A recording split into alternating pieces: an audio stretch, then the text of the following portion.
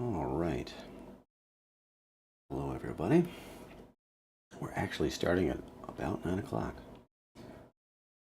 I am just looking to pull up some reference here, but what do you know? Can't find the one that I'm looking for. I have a specific reference board that I'm looking for here. We might just have to forego it. Anyway, yeah, no, that's not the one.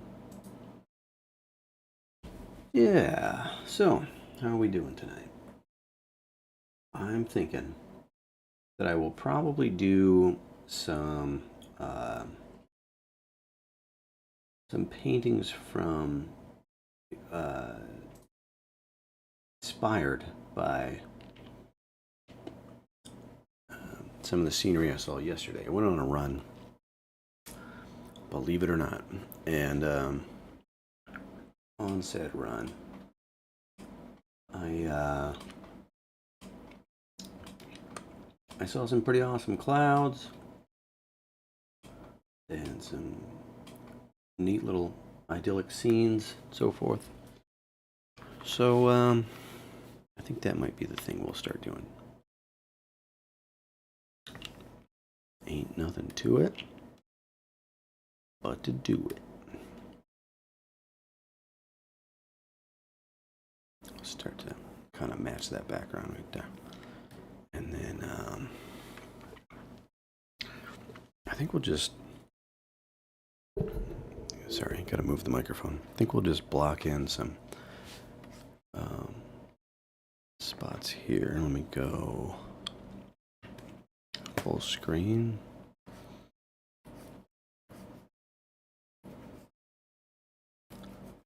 And we'll just kind of use this as an underpainting, I think. Not that we really need it with thumbnails, but we're just gonna start with some thumbnails. And then we shall select one or two or something. Go from there. That'll probably work. Something like that. And then let me get, I'm actually kind of thinking I will do,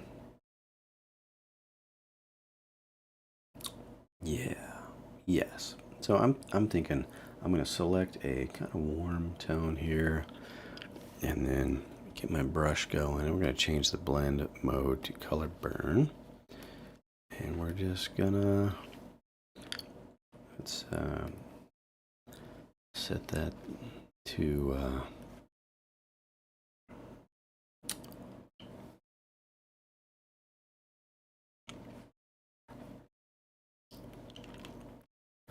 pin the opacity on there.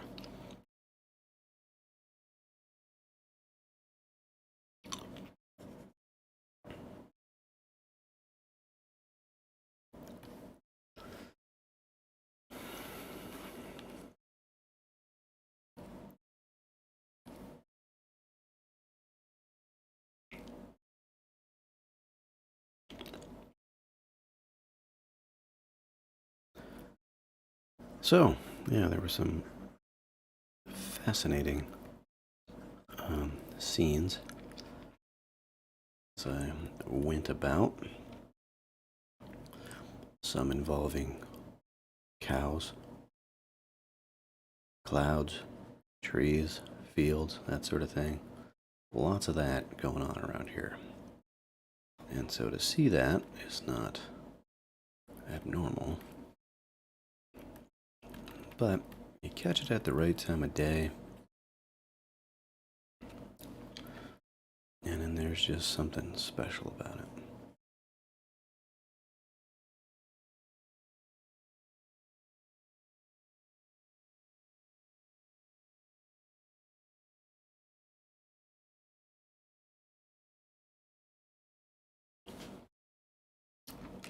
All right, what else do we got?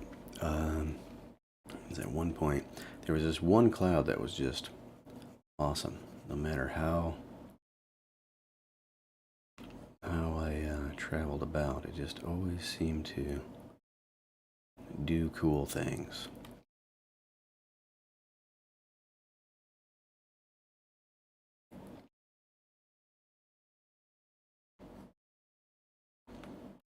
Can't fault a cloud for being awesome. There's some fun little observations too. There were like some hills, and it was as I was going up, you know, you would see the clouds kind of peeking over the horizon, over the hilltop. And so that was your only real sense of perspective, was seeing these things.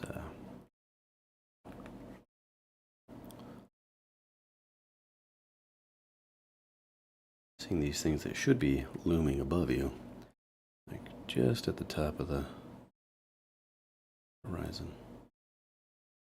Or, I guess it wouldn't really be the horizon proper, but the, like, not the horizon line, but crest of the hill, I guess you'd say.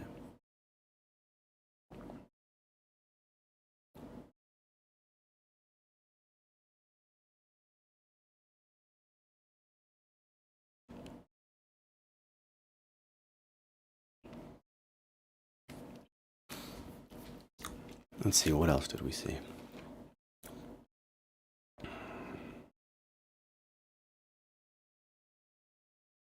There was a point where it was really foggy. Not quite fog, just real dense moisture in the air. And bit like this, these kind of God ray effects going on. That was pretty rad.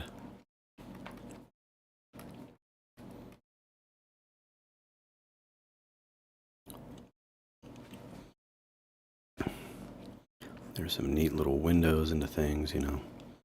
As you're going past things, you would see these trails that go off, and you'd kind of wonder where they go. Not where I was going, but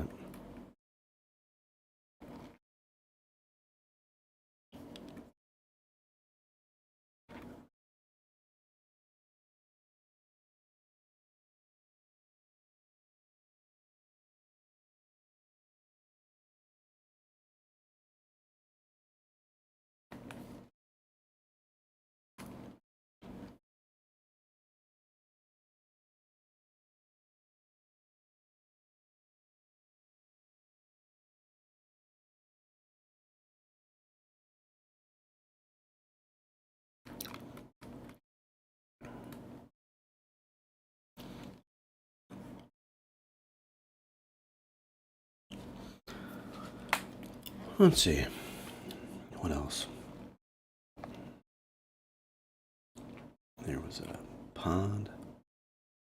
So it was cool to see. You know, I got this big grand view. And then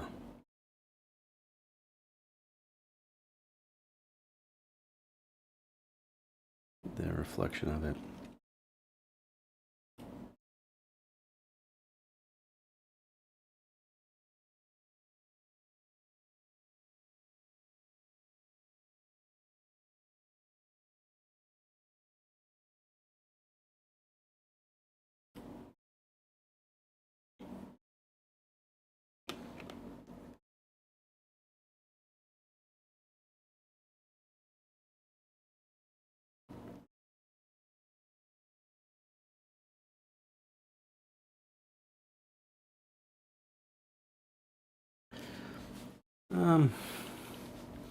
Before I start putting any color into these, were there two more? Let's see. I know there were tons of awesome views on the way, but you don't retain them all super well.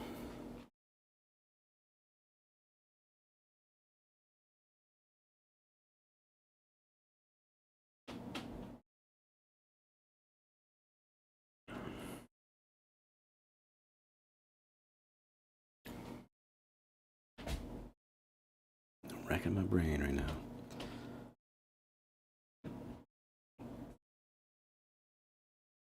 There was the cows with the zigzag. I remember that pretty distinctly. There was the super cool cloud shape. There was a cloud with like a rim light on it. That was pretty rad.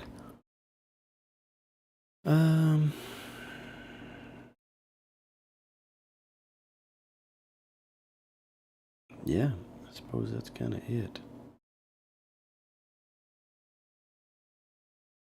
Maybe we'll invent some. Kind of based on what we saw. Not quite literal representation of it.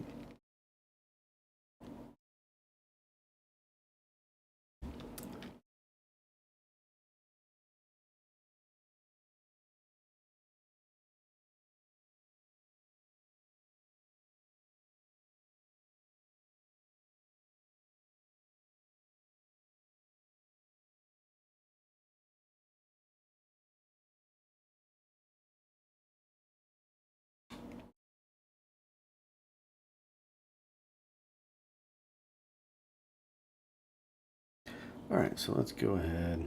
We'll paint over top of this. Get some color blocked in. Maybe some light going on here for the areas that need that to be descriptive.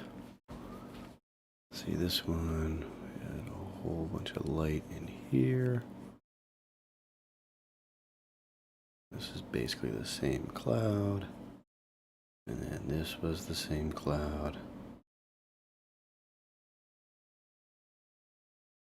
Okay.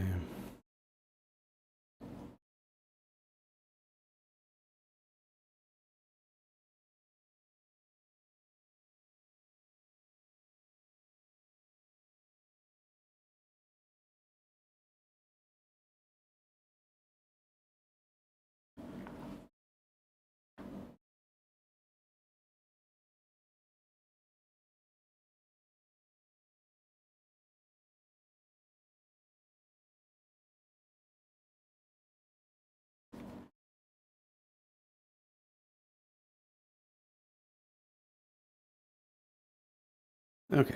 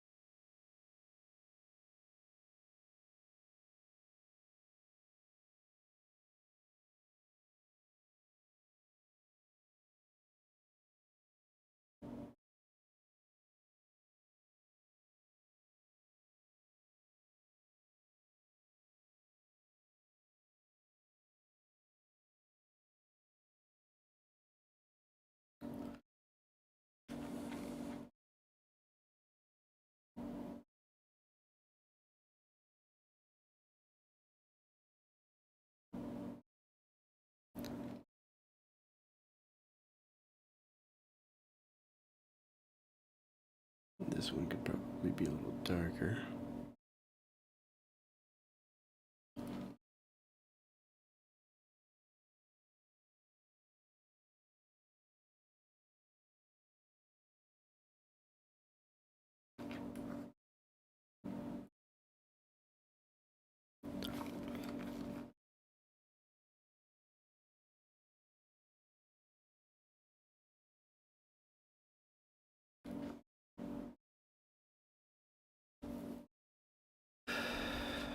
Now, oh, I see. I'm on color burn. That's why it's being ridiculous. I was wondering why it it's not coming through quite right.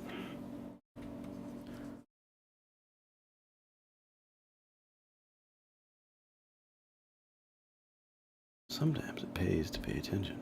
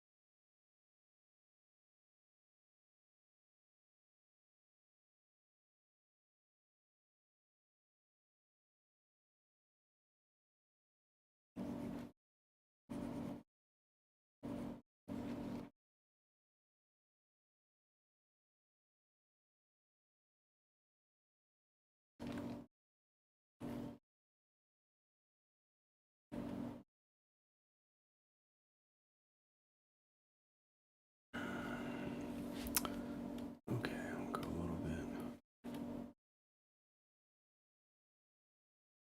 bluer with that.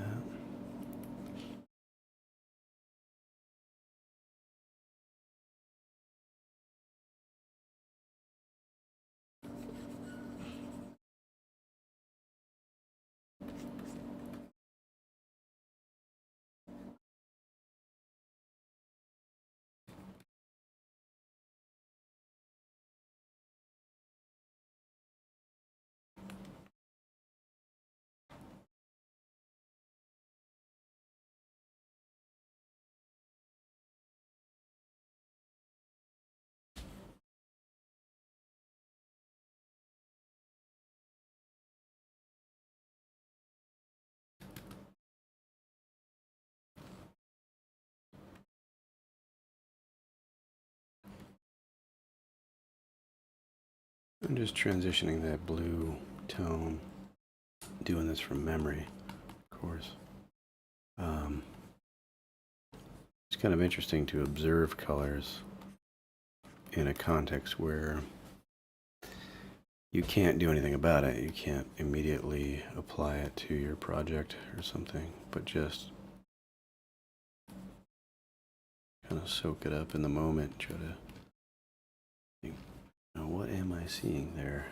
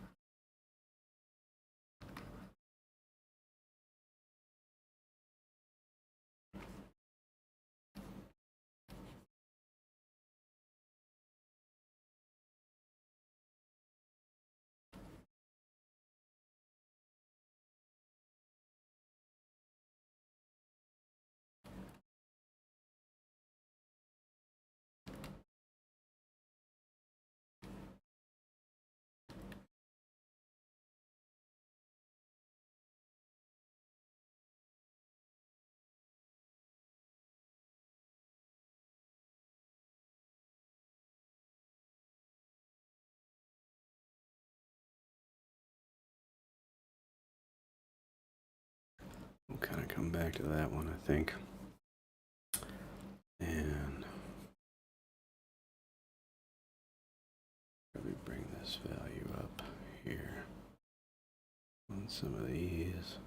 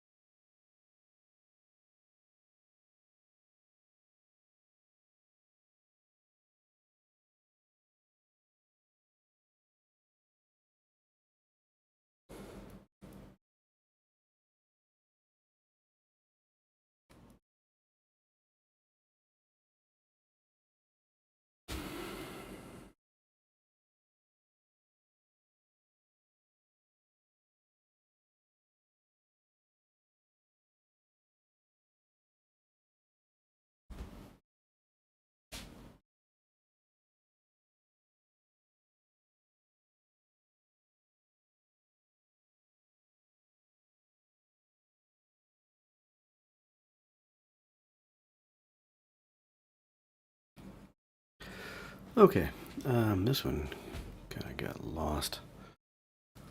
So I think there's a couple things I want to do here. We'll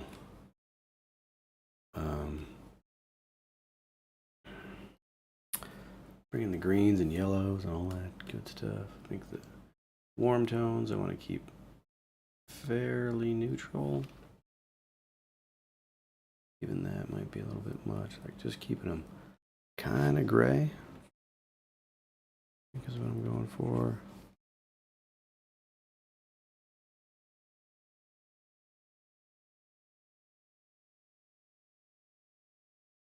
And then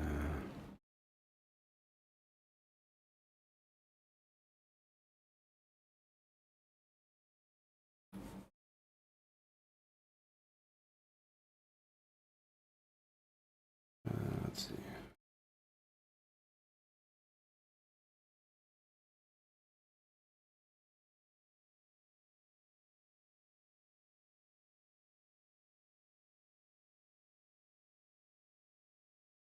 Let's see, the road, that one. This, I think we'll start getting into more of these lime green looking things here.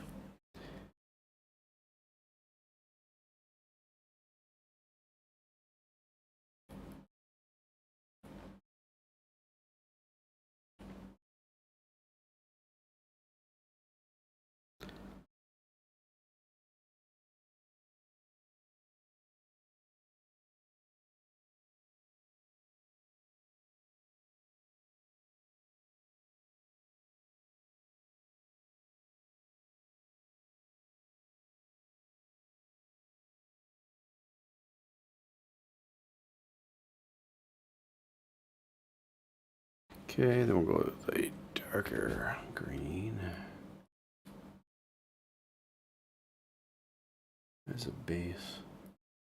Kind of a green, gray green, I think. Green's easy to go overboard with, and even that, I think I might want to darken up a little bit. But yeah, we'll go a little darker with it.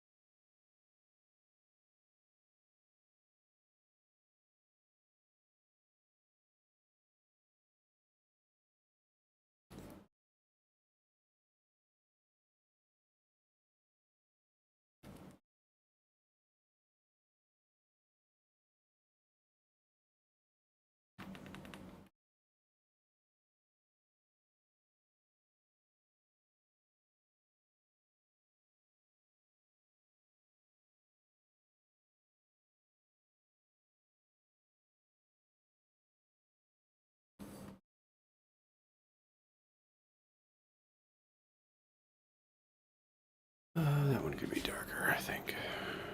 There. More blue. It was like corn stalks, which are pretty, they're pretty saturated.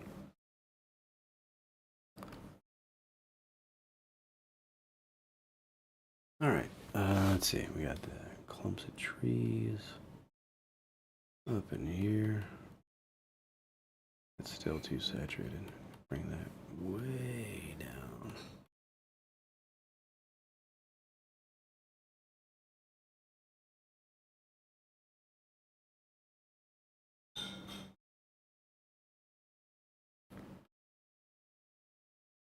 This is basically the same scene here, just from a different angle.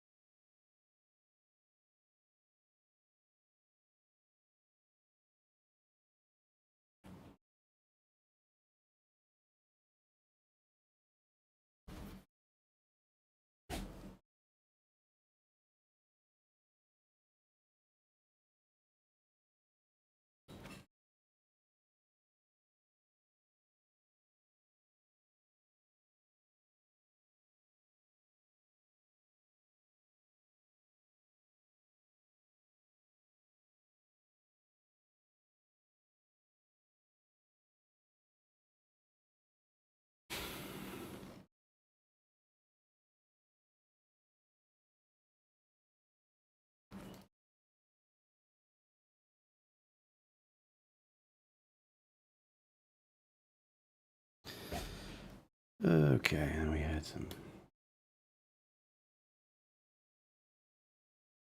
super rad looking cows.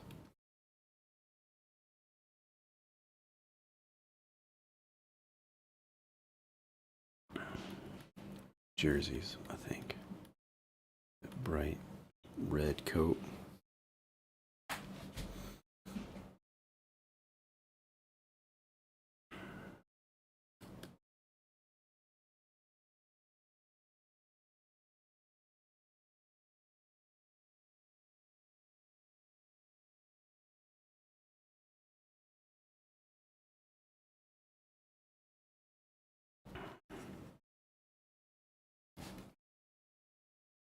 All right, so I'm going to do a new layer. I'm going to set this one. We'll do normal, and then we'll do sample all layers. And then we'll just start smudging on this.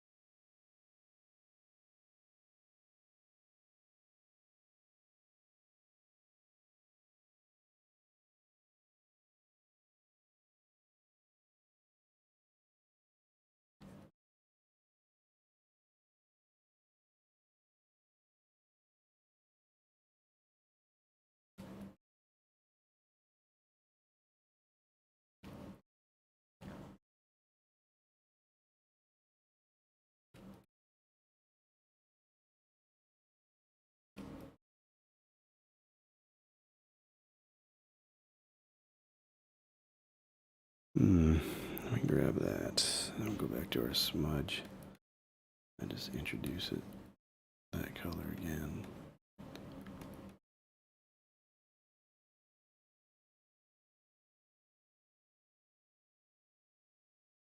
So I'll just keep chipping away at these. If there are any thoughts, questions, throw them in the chat. I'll have a glance over at that here shortly.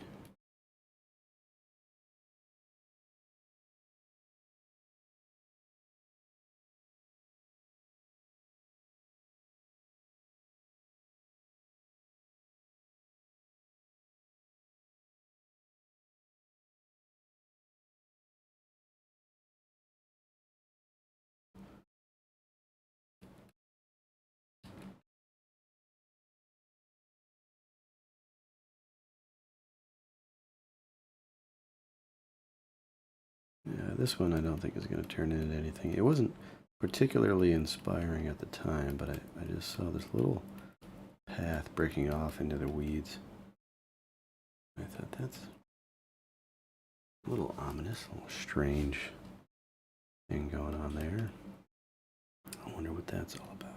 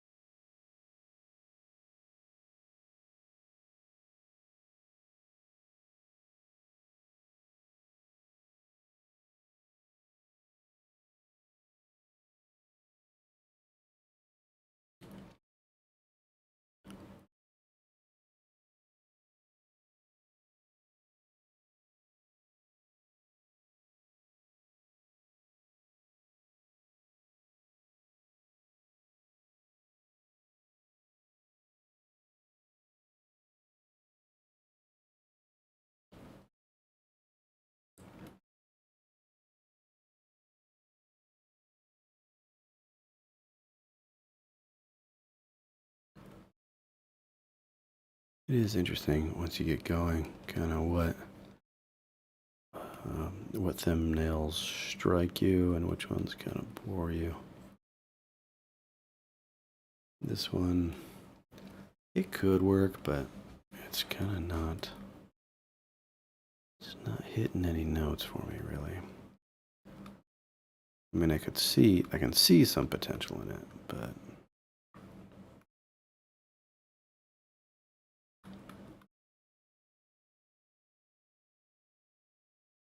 being generous to it, I guess.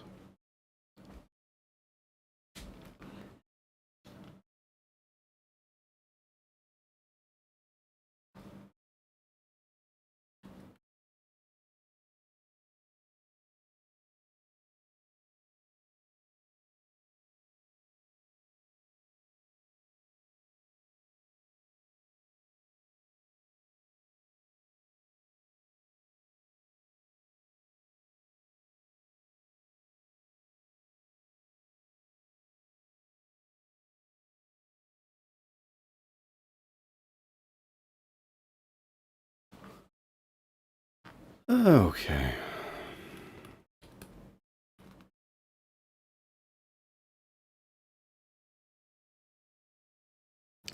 Some of these, I will admit that as I was looking at them, I was thinking about, well, how would I paint those?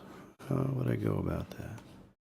And oddly enough, as I'm doing it, it's not the way that I had in my head.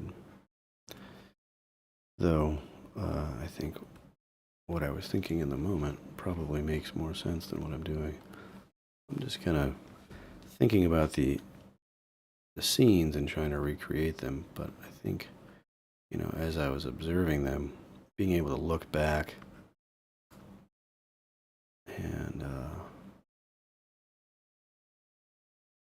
make assessments of it, and then not have to look down at the canvas and correct anything, then I think there were some different insights about it that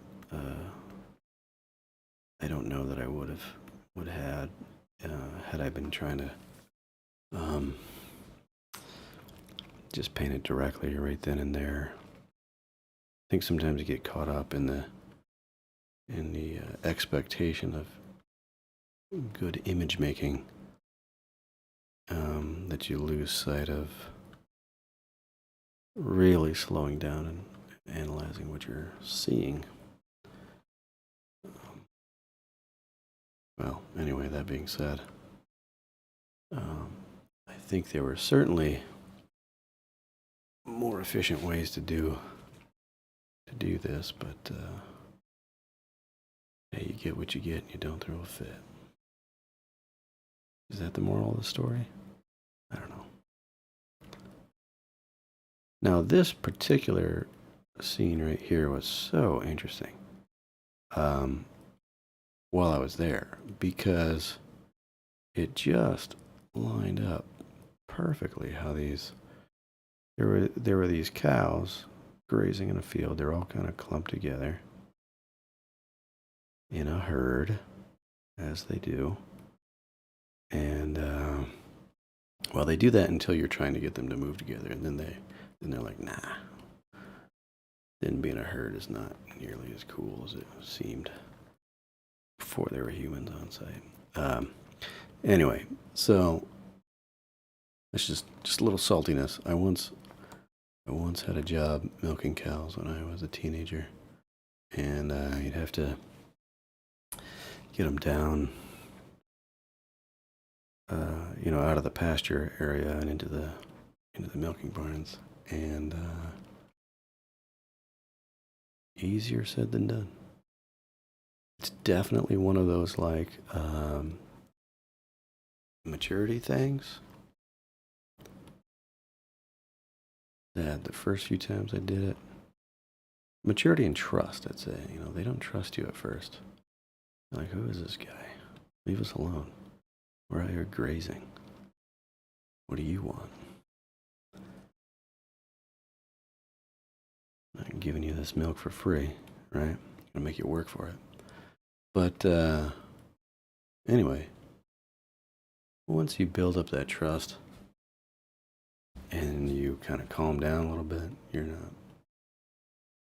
not as anxious about getting them up there in time. You're just kind of letting it happen. Then it's way easier that way. Anyway, back to the scene. So these cows here were all clumped up, and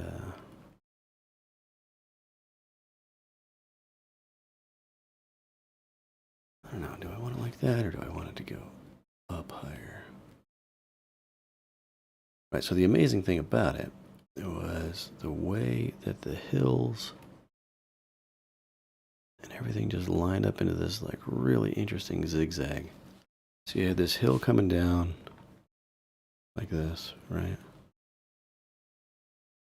With some foliage up here, right? So this is all coming down this way. And then this is, in the background is kind of coming into the same spot. And the cows are here, and they kind of send you back this way. And I just thought, man, I could just take a photo of that. Don't even have to paint or anything. It's just a perfect little effect. Then, of course, there was a fence. You always get free composition out of fences. Whether it's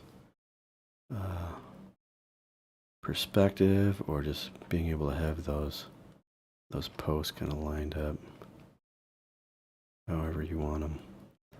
Because you can adjust those and say, well, look, I want this post to be like right here, pointing at those cows, and then I want it to take you down this hill.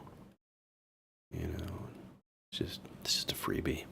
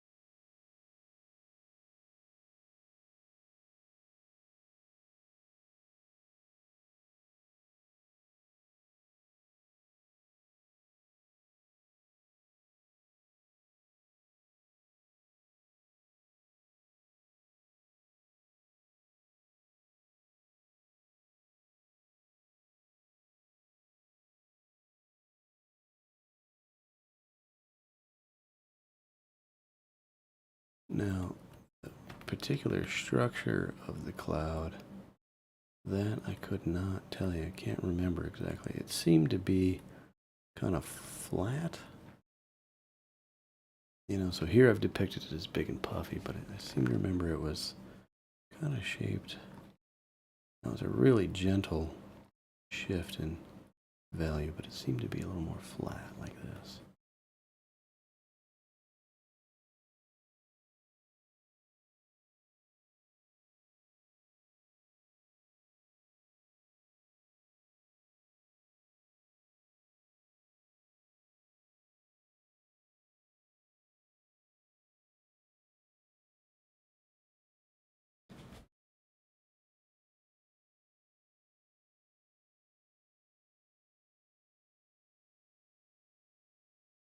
Do, do, do, do, do, do, do.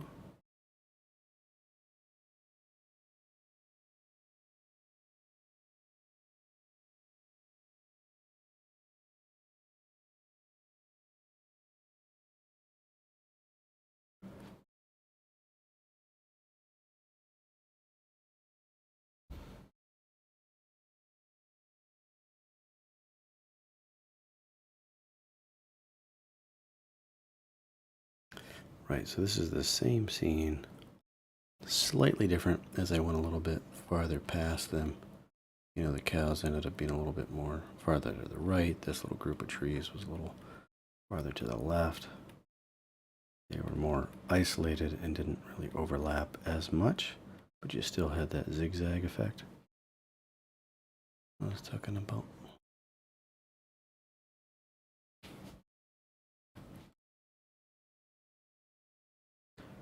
Okay, this one,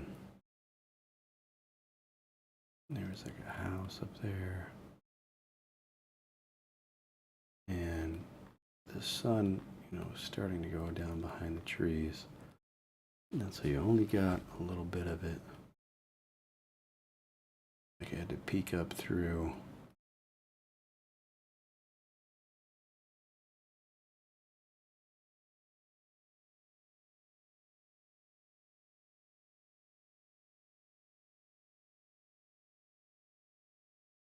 Hit the top of the cloud.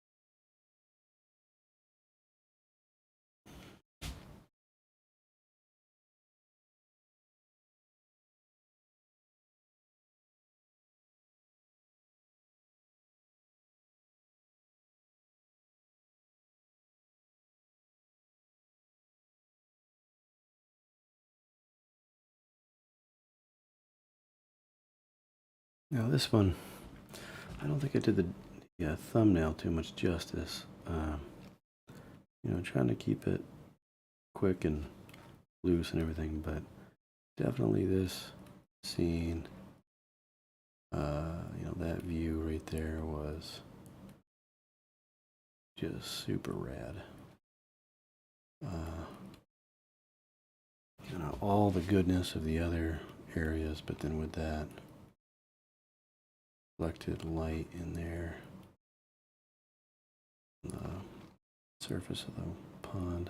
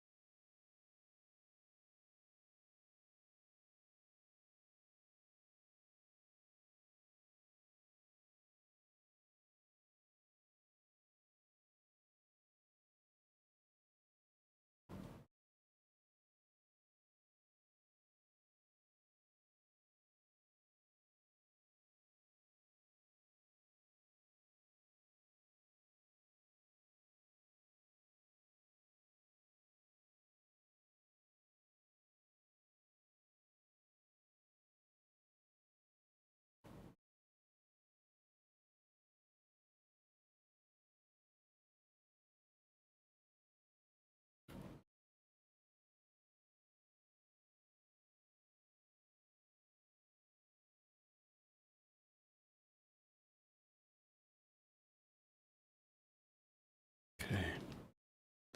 So, do we know what we're going for yet?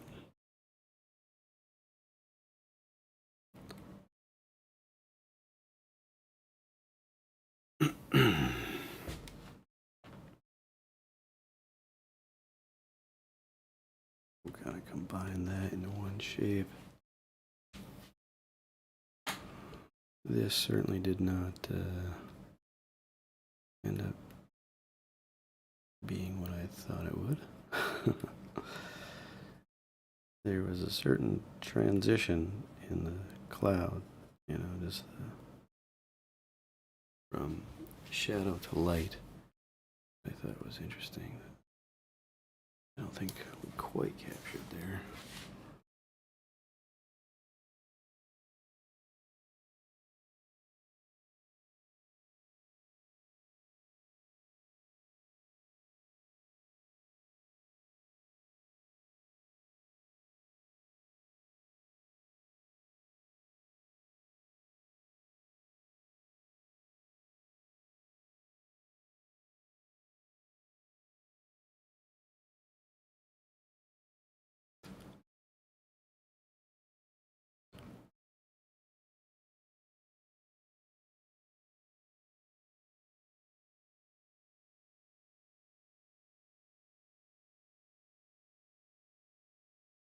Uh, yeah, okay, this one's still rough, but then I think that's about all of them. Clean these up just a little bit here. Then do an overlay, and then maybe we'll like select some that we want to do something with. All right, looks like there's I'm getting like a warning from YouTube about not having a nice clean stream, and by that I mean not enough data is going up, that it is not smooth for you guys. So if that is the case, let me know.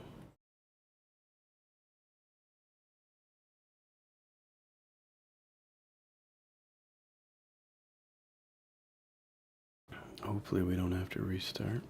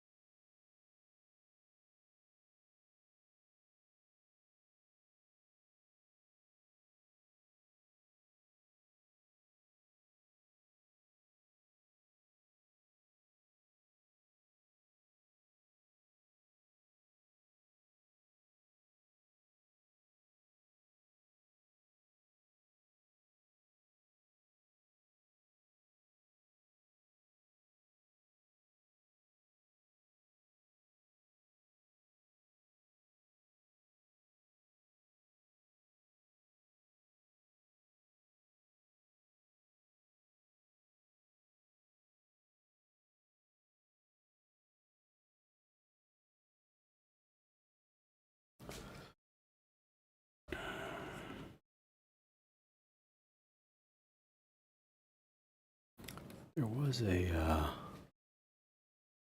barn that I remember that was pretty interesting. Now, I do recall at this point in the evening, the light back there was really moving more towards these reds.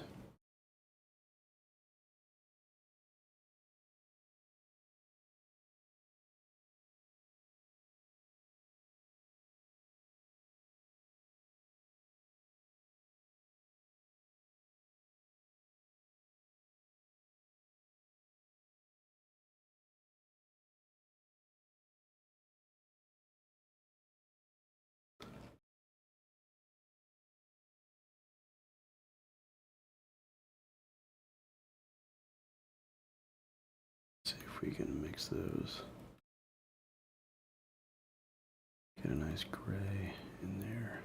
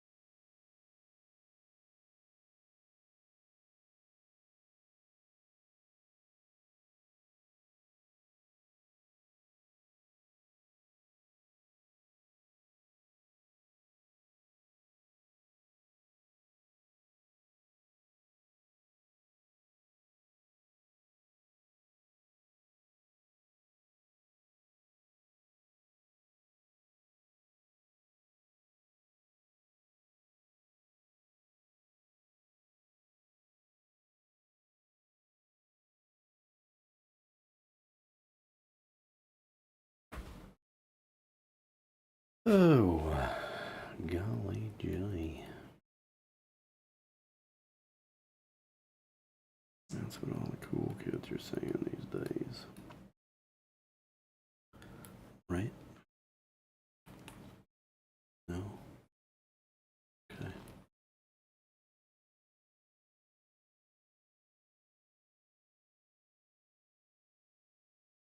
I don't want these to be too linear. It's kind of nice to frame things. You know, have these framing elements that kind of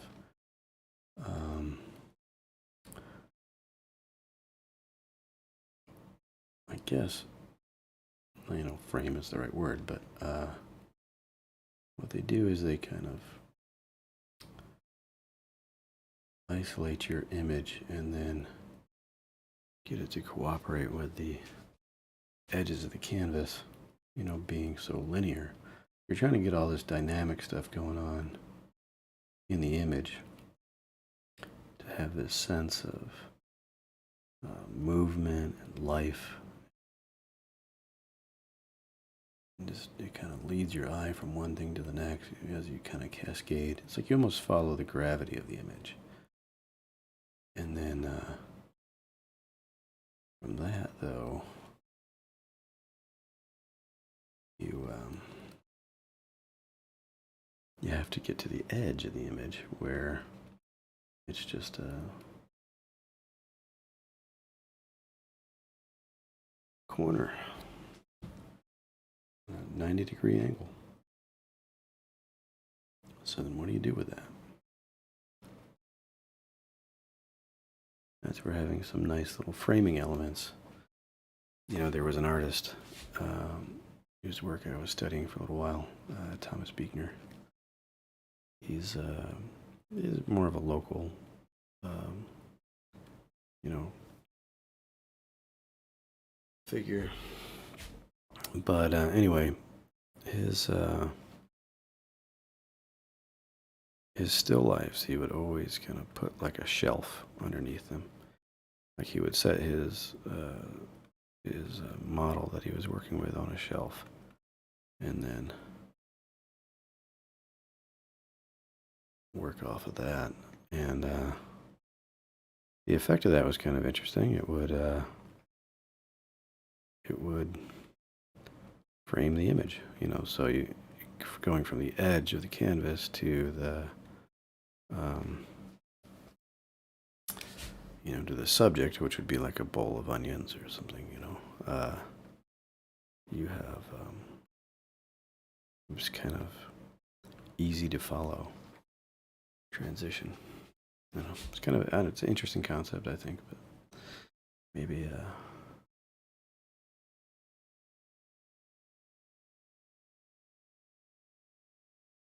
maybe I'm overselling it.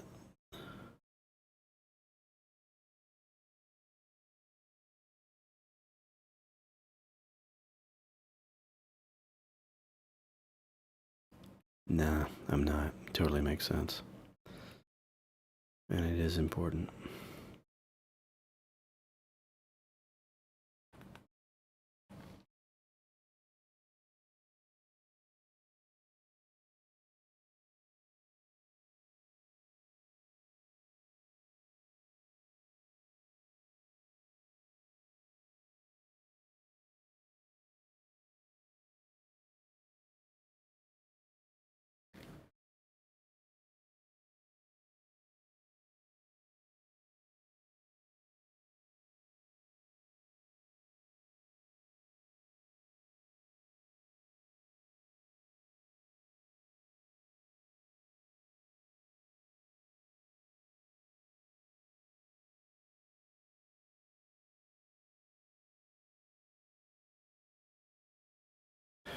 Yeah, I don't know. And now that I give this one a fighting chance, I kind of want to let it live.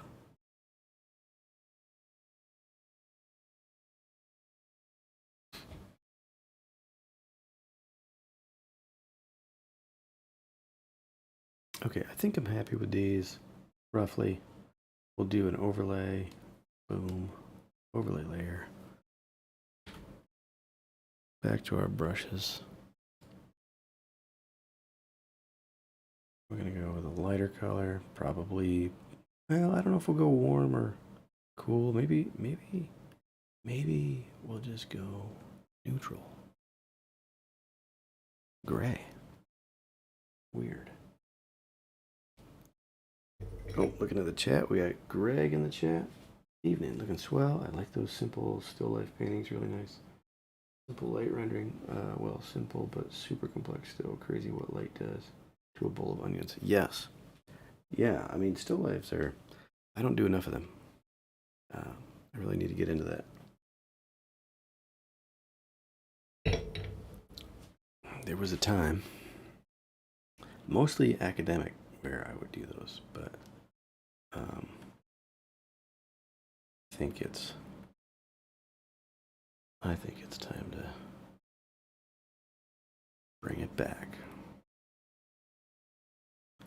Because yeah, there is so much, it's not that it's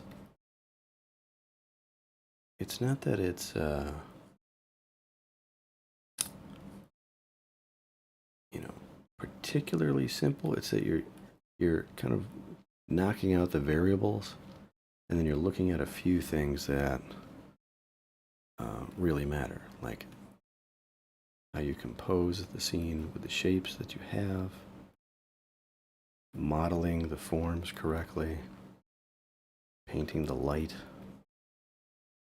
and then bringing those things together. That's yeah, I think you're right. It has a lot to do with the light.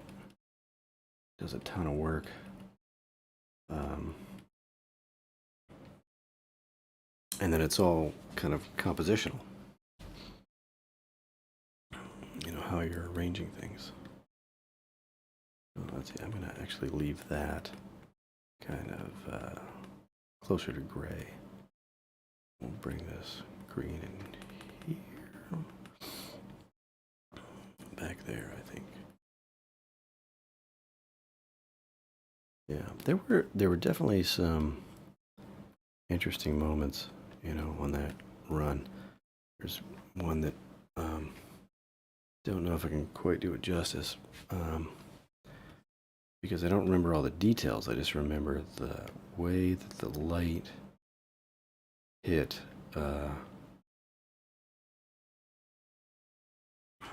hit this tree, and you could see it in the background, you know, just casting a shadow on the kind of on the hillside behind it. I don't know. Don't know if I can describe it as well as, well, maybe we can try to paint it, but it was rad.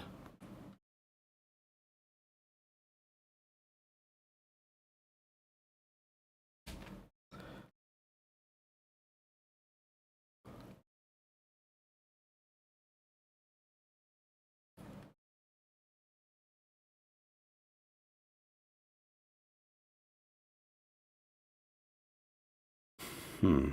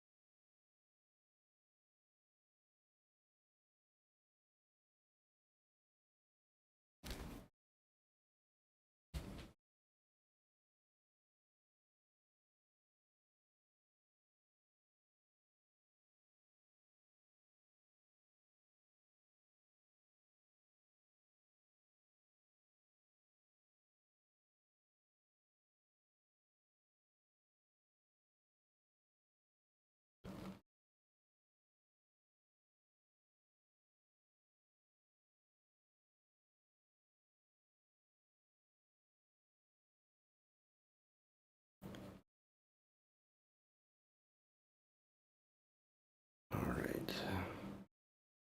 Get these rays reincorporated to the scene.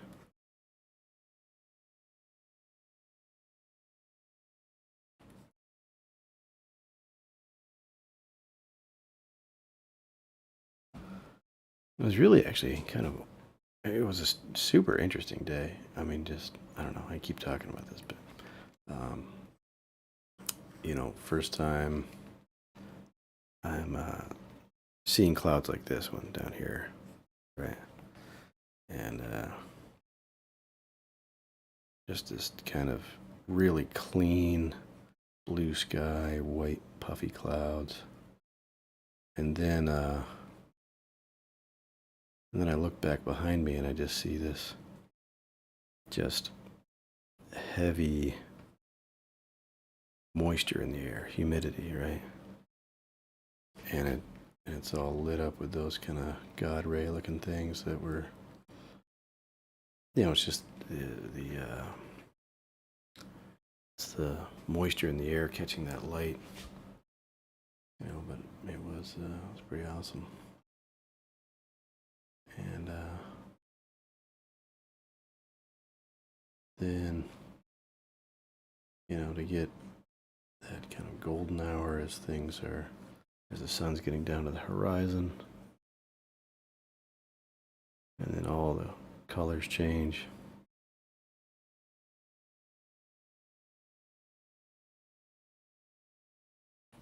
You know, it was rad.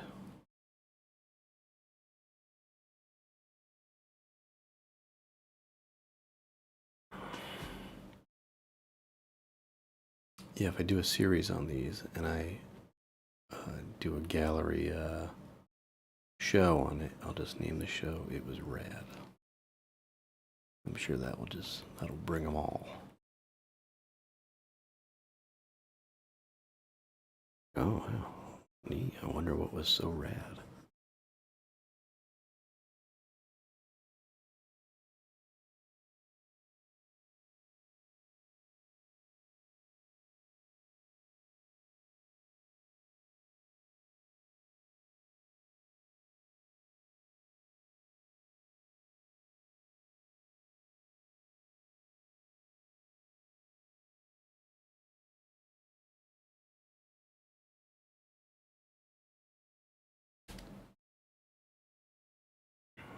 Looking at the chat, I've been photographing sunrises Last few days, pretty rad. See? It is rad.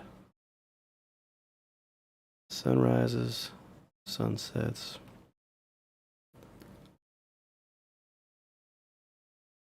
When you do them, do you go directly into the sun?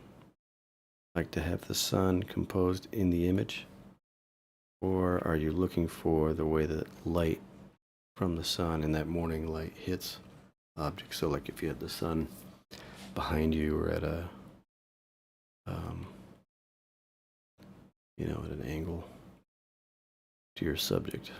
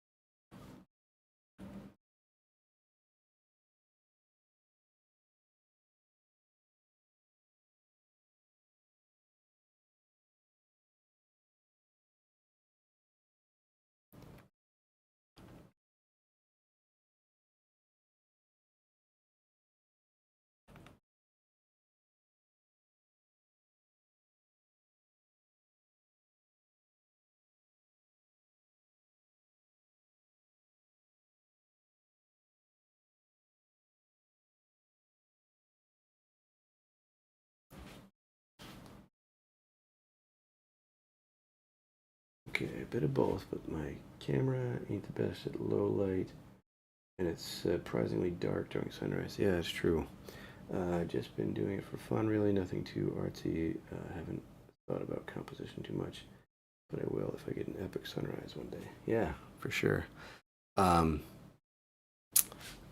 does your camera allow you to work with like manual, shutter speed and aperture? Does it allow you to go into manual mode? Is the question.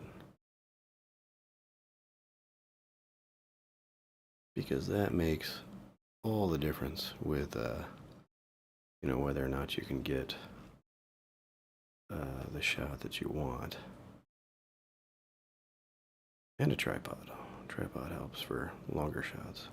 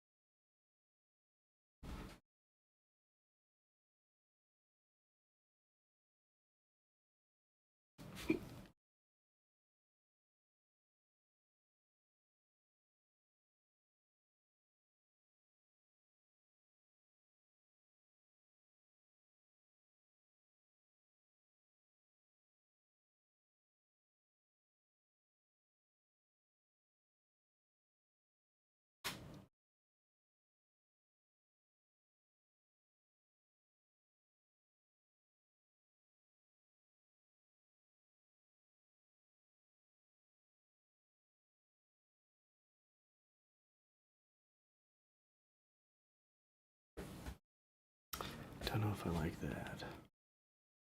Definitely, I definitely like bringing up the value here, but way back there, I don't know. Into the white. Like, I like pushing that transition a bit, but I don't know. I guess that's a choice one's got to make and live with.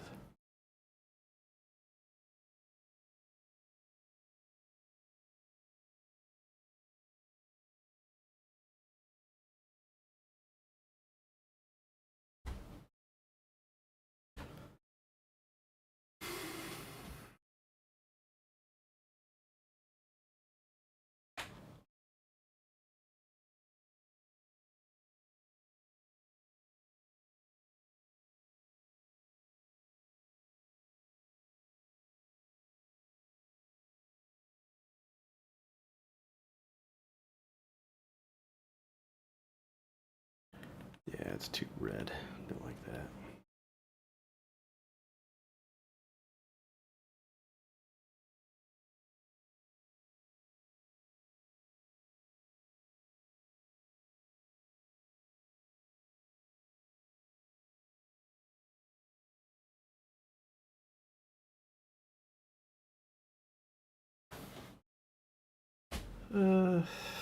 Okay.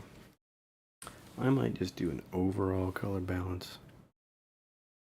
Just for kicks. Kind of hard to do them all at once, but I don't think that we want to labor through seeing them all done, individually. And since we're using the same palette, I think we're safe to kind of push ourselves toward the same kind of tones.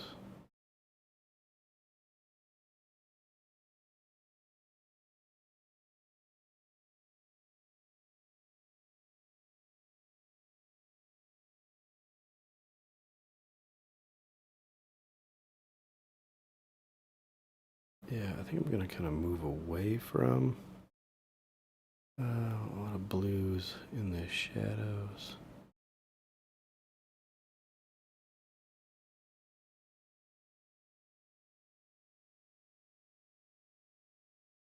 There's probably too much magenta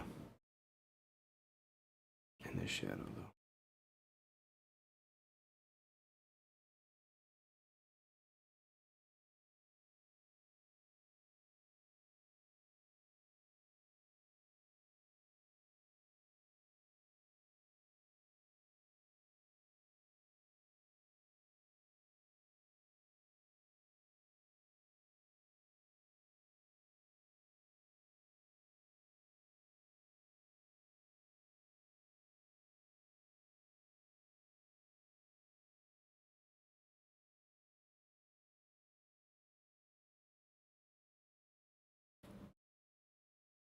Let's get our greens selected. Figure out what we're going to do with them.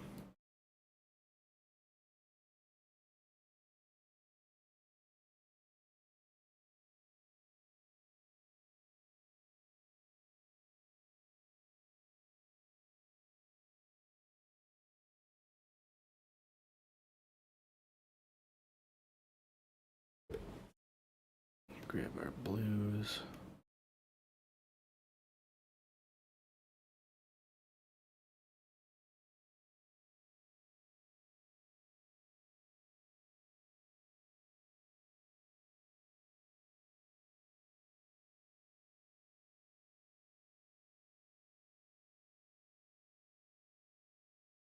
I guess we got reds to still go through, right?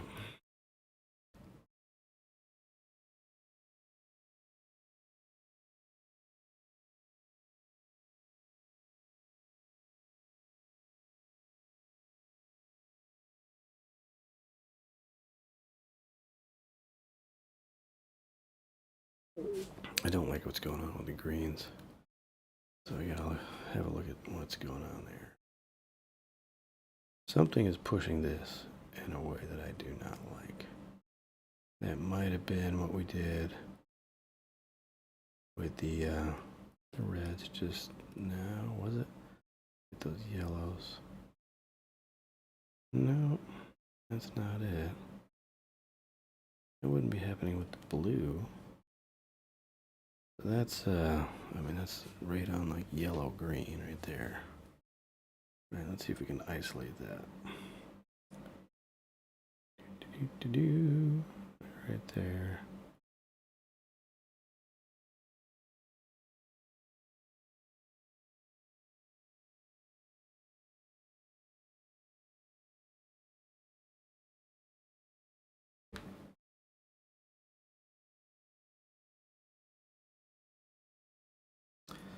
All right, let's see if that's the craziest thing we've done.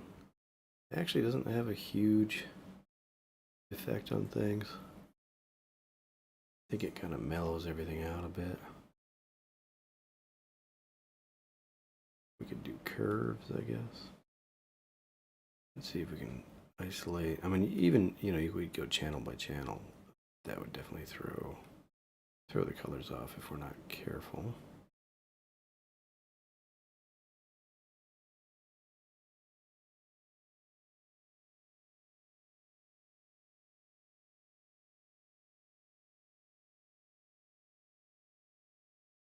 So what I'd be looking to do with this is kind of just flatten out a few areas. Now it's not ideal because some things we do want nice and separated, delineated, but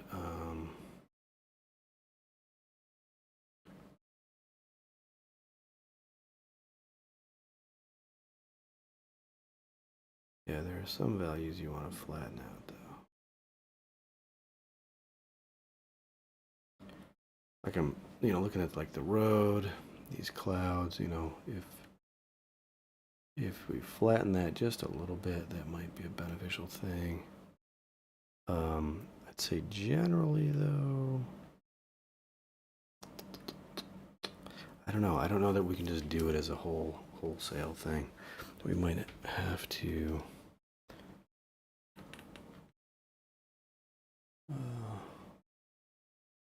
you know, come in here, selectively do it.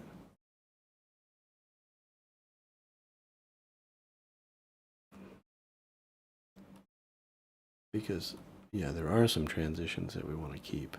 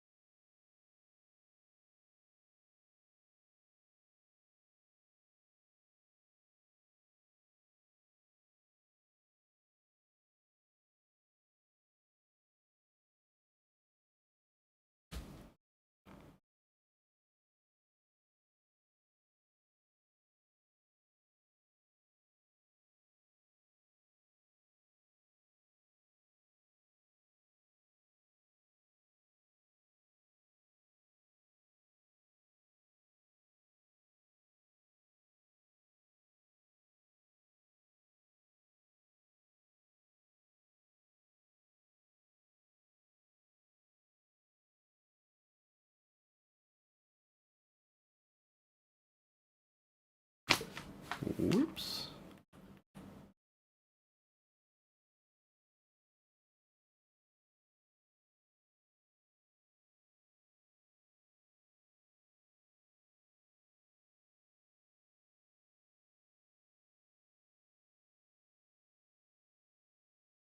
This one I don't think benefiting much at all. This was kind of an evening one, so it's probably better off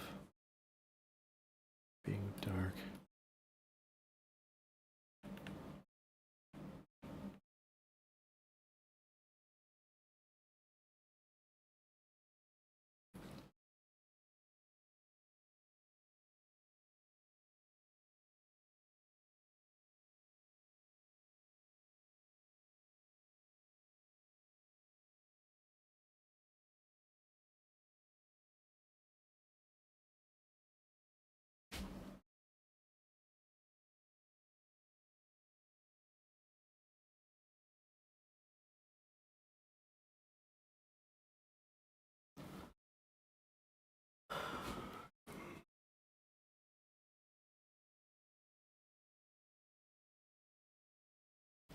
All right, back to the chat.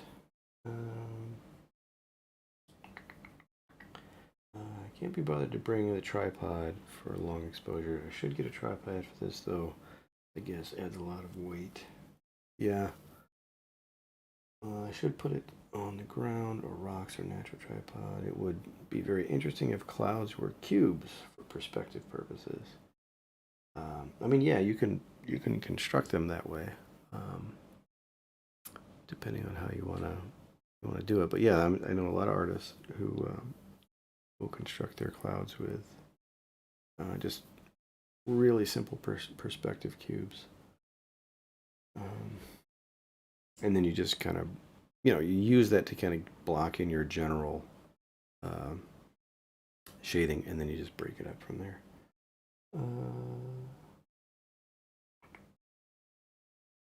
How bright contrast it would be? Do you reckon it is important to have gray or desaturation in paintings? Yeah, I do.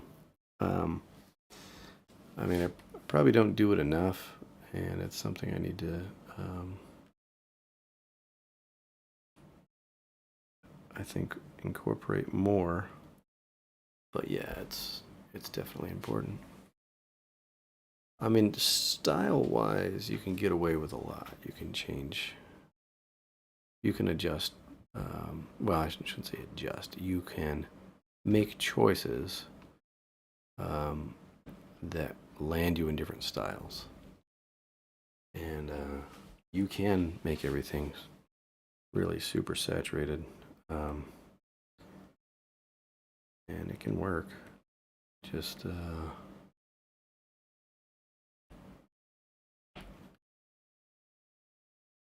know, it's gonna be kind of cartoony. I think sometimes that may be what pushes a lot of my work towards the more cartoony, surreal, like just this, and not enough kind of neutral grays in there. Um, but it's not solely about, I guess, realism. It has a lot to do with kind of allowing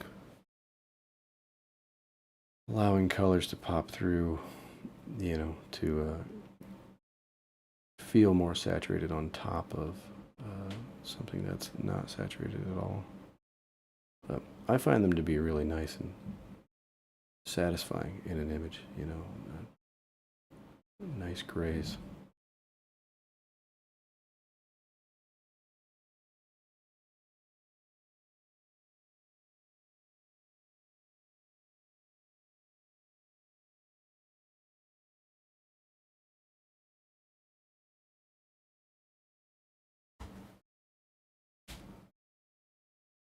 Speaking of grays, here we go.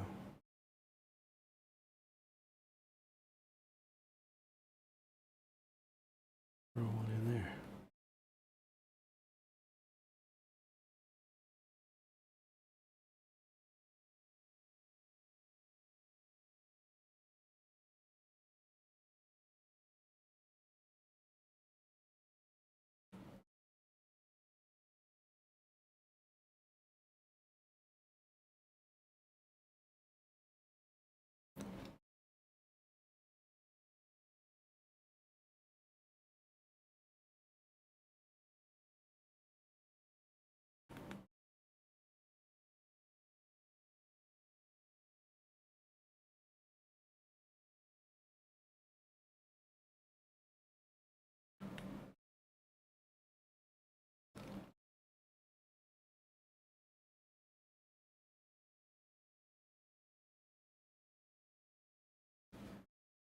There was one point where I passed this decrepit barn.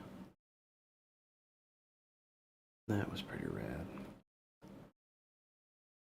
Just thought it'd be really cool to kind of compose that in a way where the light is coming through it, so it was like, well, maybe we'll just put it right here. So we got like barn here.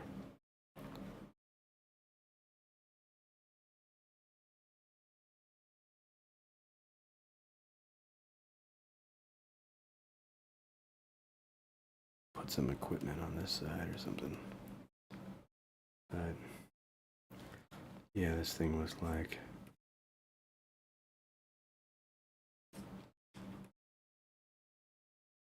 It was in rough shape. It all kind of collapsed in on one side. Still standing. And all these beams that were sideways and whatnot. I think this one could use some warm grays in it. Yeah. I like that. I like that.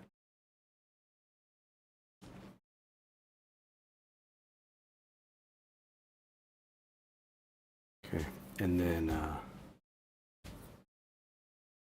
let's see. I'll go put a mask on this thing. Start kind of, breaking into it here.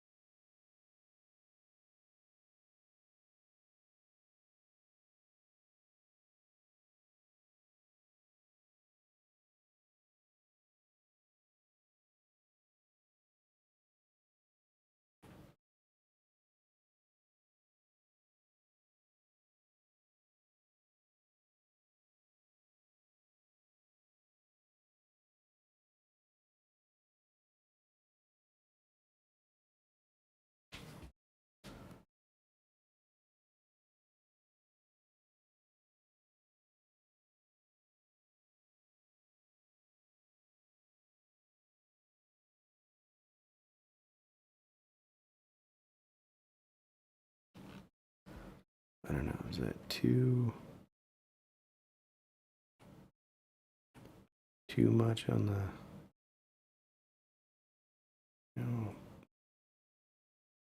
roughed up edges?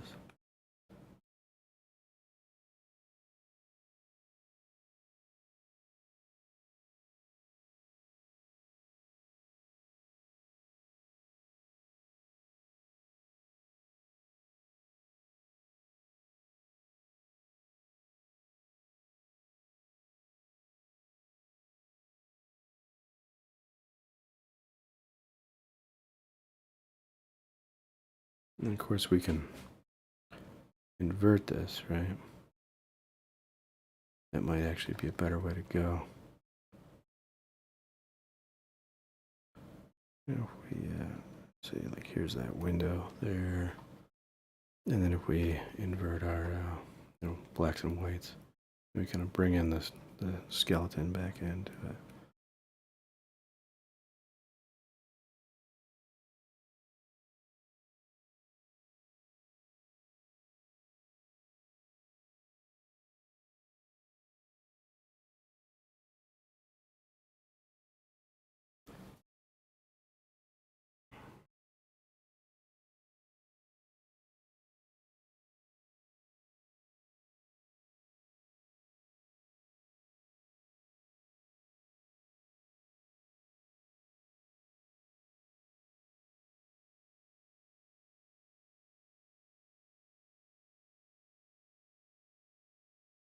Let's go with overlay on this thing and see if we can see how we want to push it.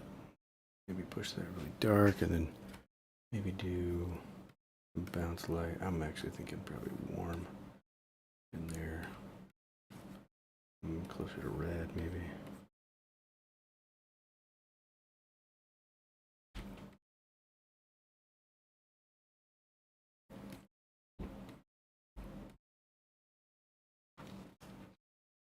Maybe we should ground it with a few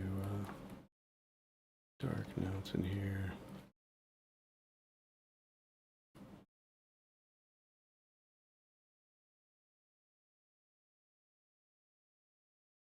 And then maybe in the stuff that's, so I don't know if we should have a little bit of atmosphere in the air, or if we can just make this darker in there so that it's clear that that is, that's inside. So it's got kind of more form, and that's light is blocking light is being blocked, so there's shadows on the inside there.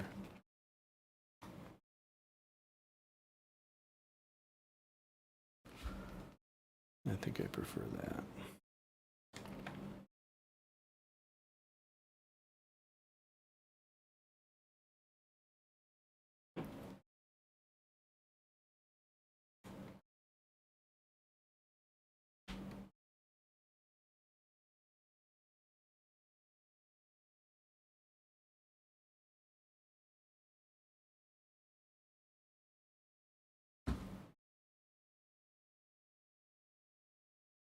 Okay, looking back at the chat.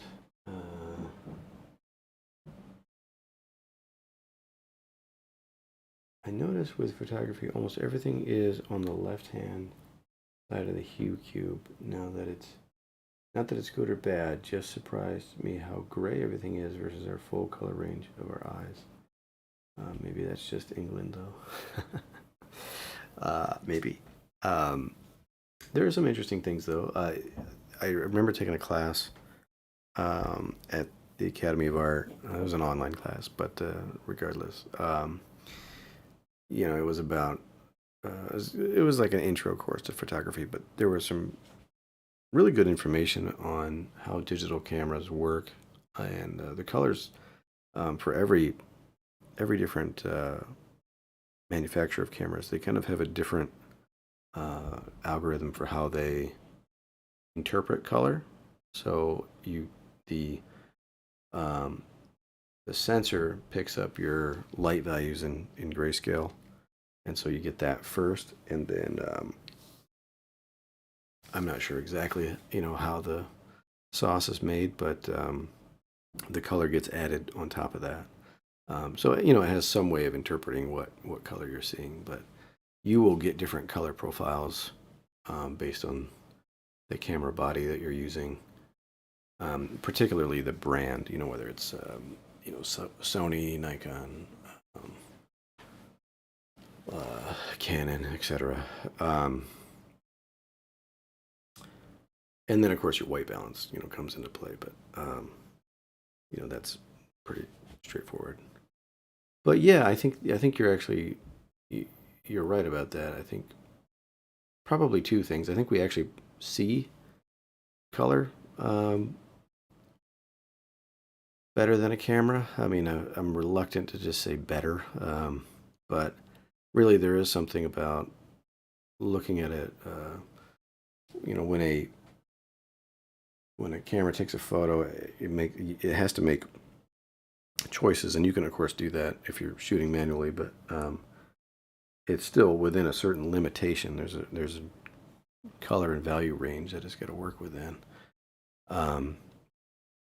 and generally speaking, you're going to have, like, in a given, especially a natural scene, you're going to have either your lights are going to be all kind of compressed, and then you're going to see all this detail in the shadows, the light variation in the shadows, or it's going to be the opposite, where the shadows are all kind of compressed and you get your variation in the lights. And you kind of have to balance that. And as a painter, you're balancing that, but photography is the same thing. And cameras have gotten better where a lot of that is going to happen automatically. But all that to say, our eyes adjust on the fly, so we're not taking in just one shot, where, our pupils are dilating, right? As we're looking at different things, we're focusing in on different things, and we just get a fuller range of what's going on. Now, to actually, like, communicate that in a painting is not always as straightforward as it seems. Because, especially, if you're working digitally, then you have the same color spectrum limitations as a camera, but you can kind of use different tricks, the like hue, contrast, and so forth, that might not necessarily be in the actual physical space, but you can work it into your 2D image. Whereas a camera, I'm sure there are ways a camera could do that, but I don't know that it's necessarily a priority, you know, in that sphere, or if that's even like uh, desirable, I guess, um, because you might want to make those decisions later when you're editing your photos. So anyway, I don't think that that's um, impossible for a camera. I think that it could be done, and they may be that very thing. You know, I just would not be aware of it necessarily. Um, but yeah, then I think the other side of it is that, excuse me, we tend to exaggerate things. So if we are seeing color, we want to like lay that color down as like really extreme. And I think it takes restraint to kind of get things into a kind of neutral palette. Ooh. Got monolith code in the chat. Nice colors going on here. Thank you. Appreciate that.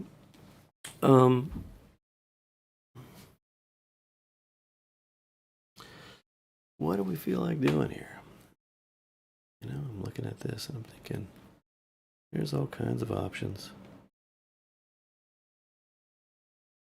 Um, you know, blue skies problem. There's just too many options. How are we going to just pick one and go with it?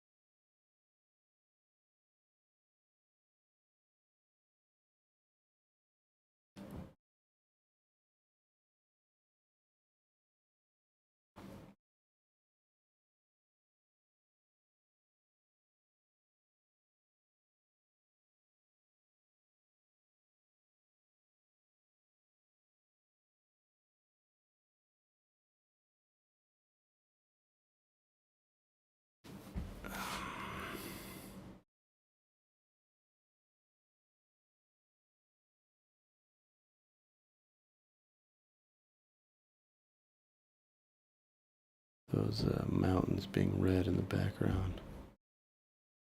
I'm not sure how I feel about that. Let's make those blue. Or purple even. Let's see what we get out of that. That actually was something that really struck me on that. Again, talking about what we see and then exaggerating things, but really struck me on that run was just how rich, you know, the hills in the background. I mean, I'm telling you, they were probably like that bright. And of course, a camera may disagree. I may even be wrong and just be, you know, exaggerating. But there was just this incredible vibrance to it, you know, as I was looking at it. Okay, in here, let's push this towards a different tone there.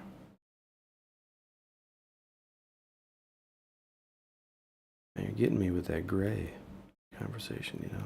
I feel like I have to do it, or I'll disappoint everybody.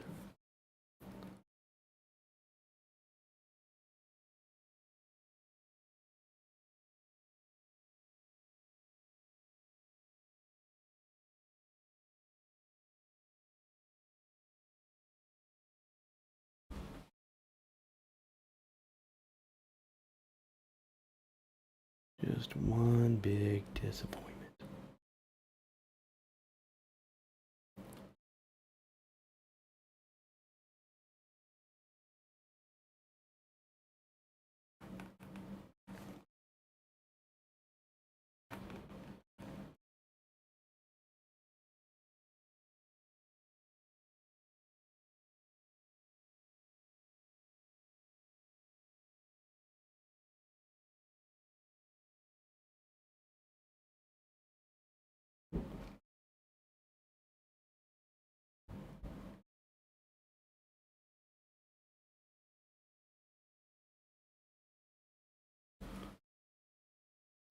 This is going to come down in value back there.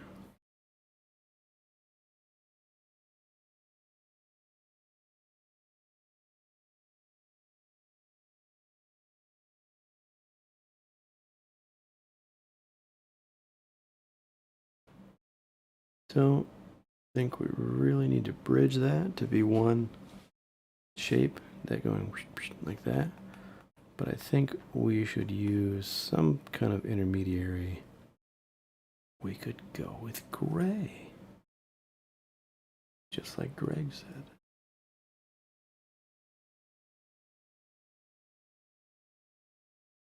So I like those two values being like related to each other,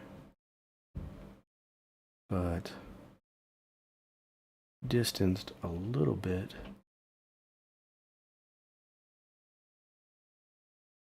So that way we have this kind of lost and found thing going on where we're seeing it there, and then we pick it up over here. You know, maybe we introduce something similar, but, you know, slightly modified in here. So that we're giving the eye something to follow. And having done that, I now kind of want to push this one tighter.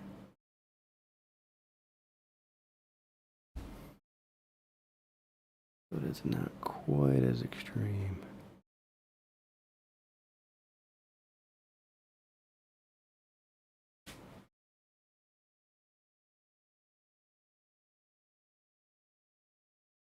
And then maybe we references it again with having like these little yellow flowers or something in here.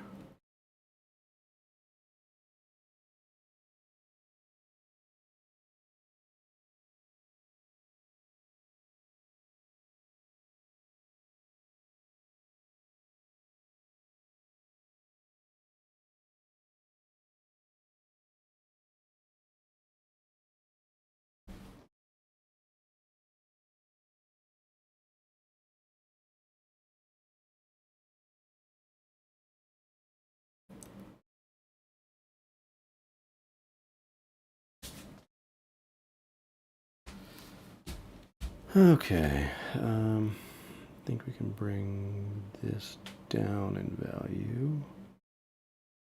Bring it a little bit closer to us.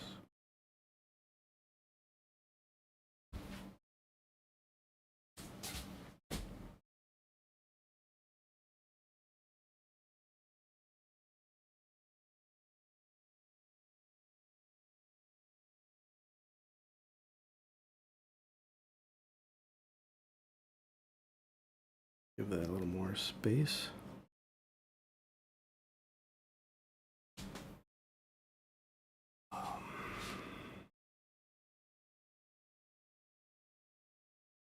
Let's see these cows here. I think we'll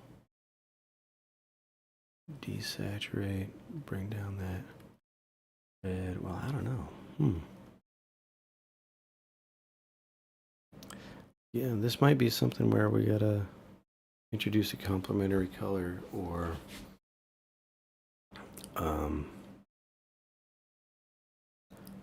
some grays. It's gonna be the theme of the night, I think.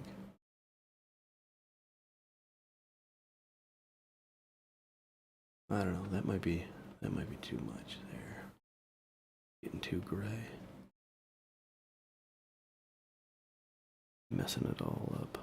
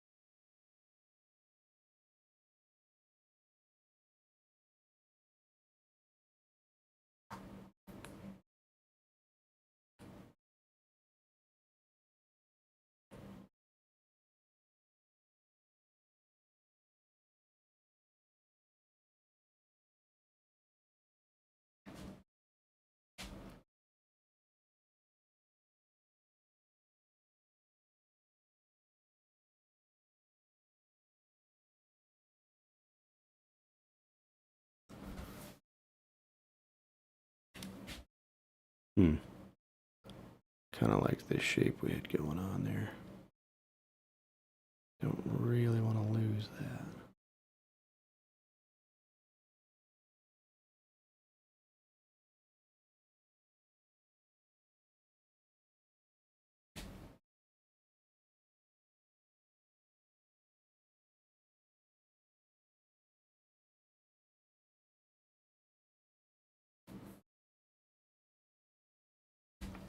No, I don't know if it's great entertainment, but I think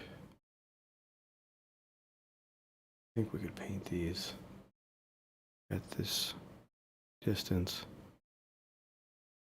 nearly to completion.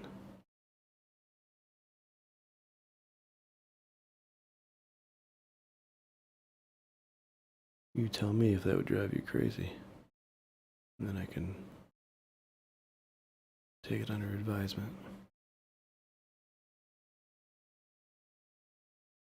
And likely, very likely, uh, have mercy and and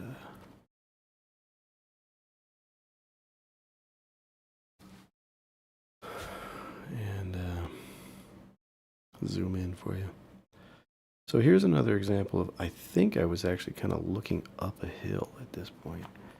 So I think if I knocked out those background hills, you'll lose a little bit of space, but it changes our perspective. I don't know if you'd really notice that.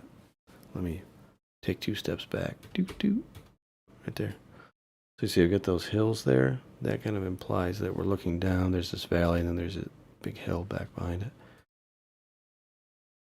We knock those out, and I think now it looks like the horizon is lower. There's something to think about. Overlapping shapes.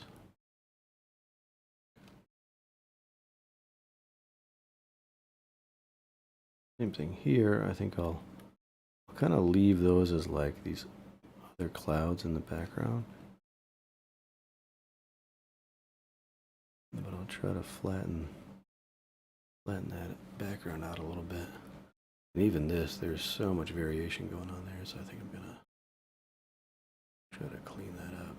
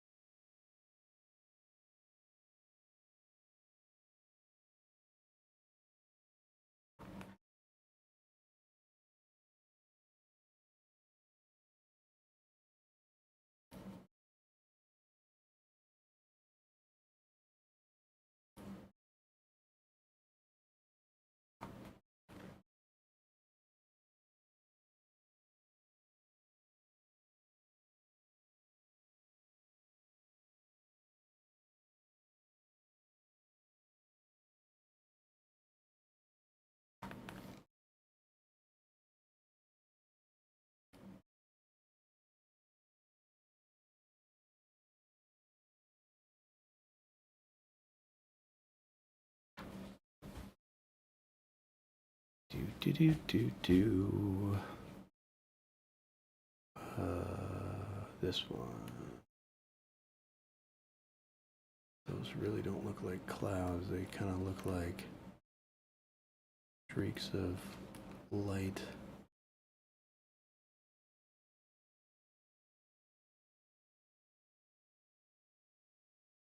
I think because they were turning too kind of saturated blue.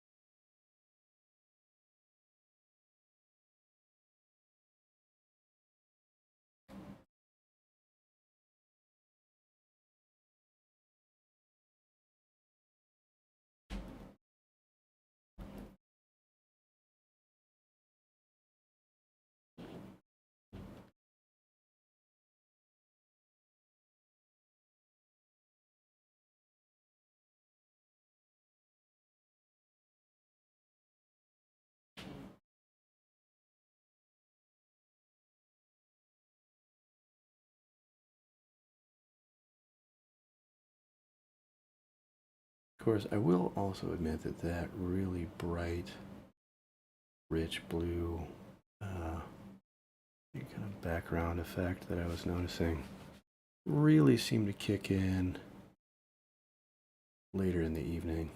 Like it was a little bit darker than this, I think, when I was noticing that effect.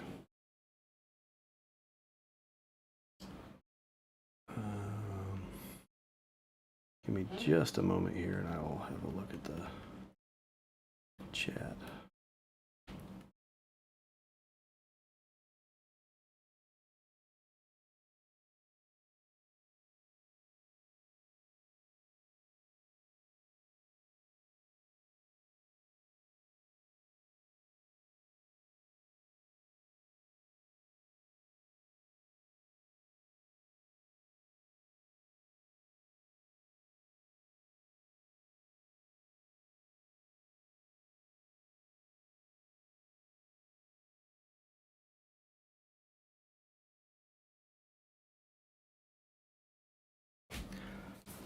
Okay, yeah, it's tempting to go straight to the saturated color you think should go there, but then see some other artist has put like 6 different hues on a crazy gradient or something, and it works sometimes. Not that I have a clue though, to be honest. How big is your screen? If you got one of them 8K 72-inch OLED TVs, this would be fine. Yeah. Yeah, I think it depends. You know, the effect when you're working on a canvas versus working on a digital display is, there's a difference, because when you zoom out on a digital display, again, the device has to figure out how to blend all of those colors. Whereas when you're working on a canvas, the eye is blending all of those colors, right? So the effect that it gives you, where like colors are bouncing and it's bouncing off of each other in a complementary type of way, or where the grays and the saturated colors just makes those saturated colors feel even richer. It's really definitely an effect when you mix colors with oil, and you mix a gray out of complements. So that's one of those things that is, I'm pretty sure that's a commonly known technique, but that was definitely something I was taught, was that you don't really just mix a gray out of black and white. You want to pick 2 complements across from each other and mix those together, and then the result is a gray that has these pigments within it that are canceling each other out, and it's a really interesting kind of weird effect.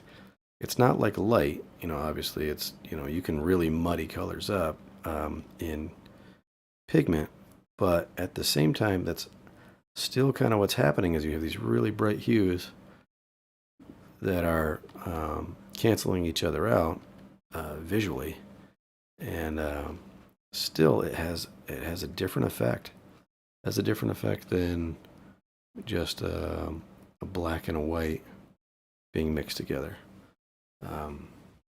There's something retained in that, and it's I could try to make the argument that it's like, well, no, you're all the bright colors are still there, and your eye just has to interpret it as gray.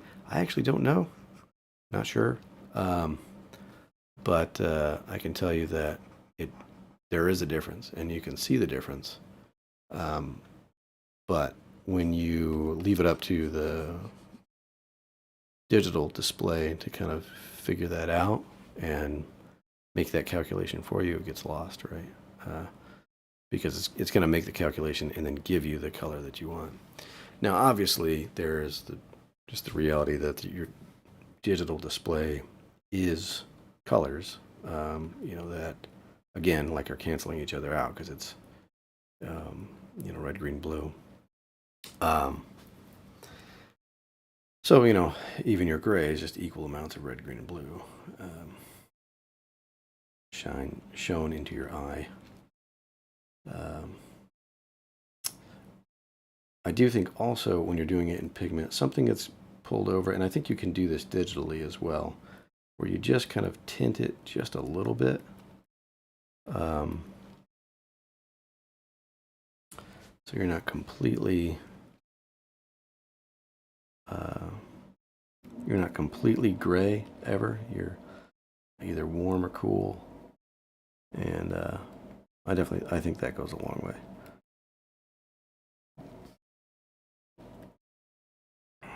Though I have my preferences with that.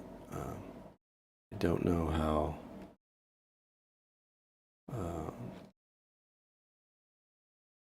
accurate they are to, for realism's sake. But I tend to really like this kind of purple blue gray, like somewhere in there. I guess it's straight up blue, but just a little bit of blue in there. Like that's a gray, even less than that.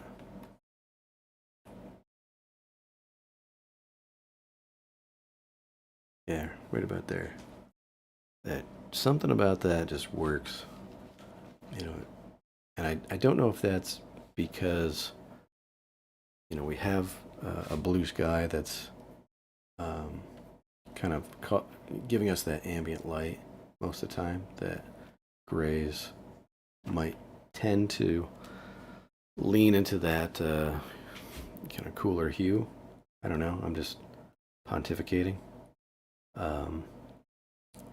But I'd like to think there's some reason other than just being crazy that why I think that's the coolest gray that could be. And I don't mean cool in the, color theory sense. I mean just rad. Word of the night. That was rad. Warm colors and rad colors.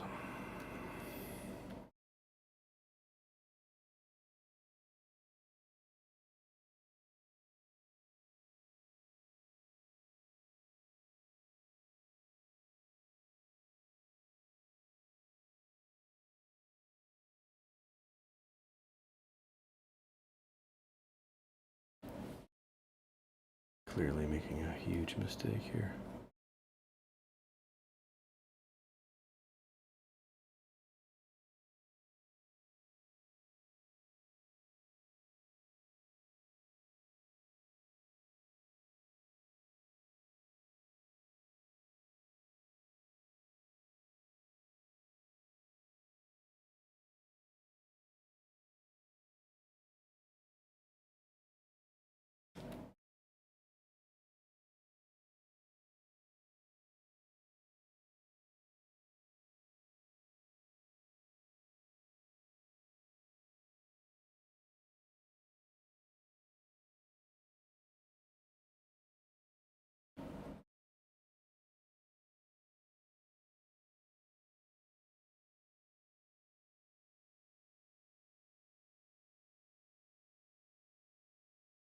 Push that to this kind of overcast sky, and all of a sudden it's slightly more believable.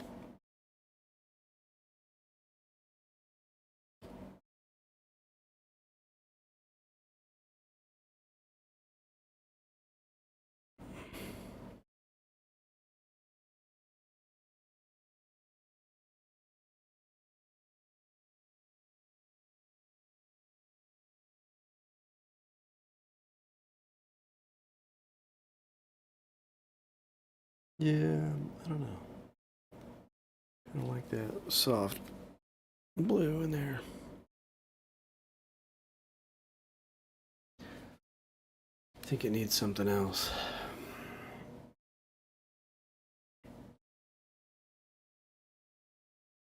Okay, there were a couple other things.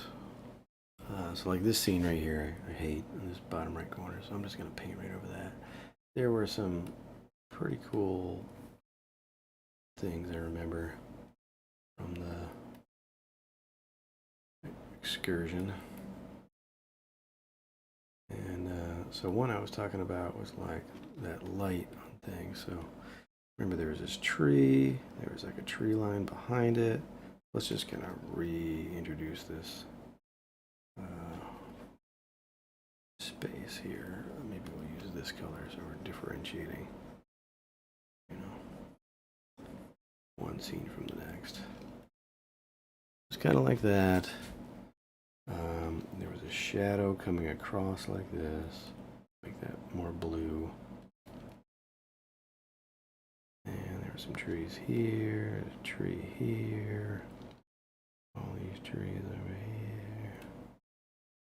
Okay, we'll grab some of that distance stuff. There's definitely stuff going on in the distance. Going the distance. Going for speed. Okay. Alright, so we had that shadow. Then, yeah, these trees back here. Actually, I'll extend that shadow a little bit so we can make those trees,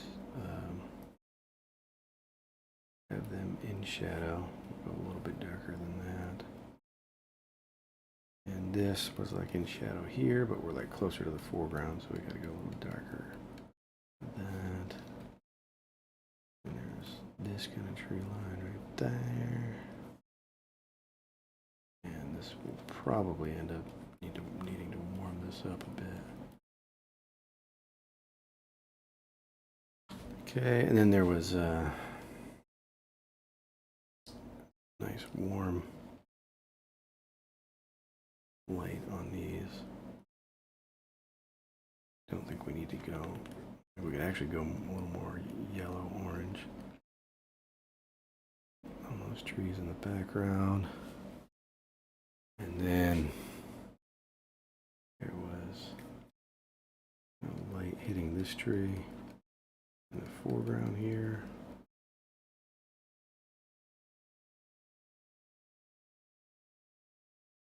Could probably whip out those foliage brushes and knock that out pretty quick, but general shape like so.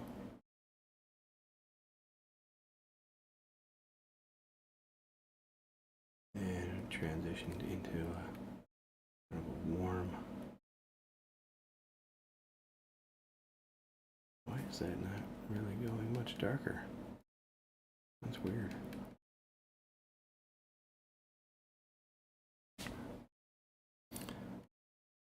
This I think we can add a little bit more saturation to, and maybe we'll push it to blue.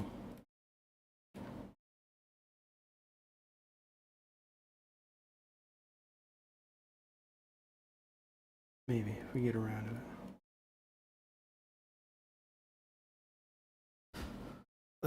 What else? Right. So then there was this like, I think it was probably a telephone pole or something, but it had this climbing vine on it, like so. If I remember, it was kind of like drooping down. I want to leave that. I want to have that background element there, so maybe I need to move this over a little bit. But it was like this, I think.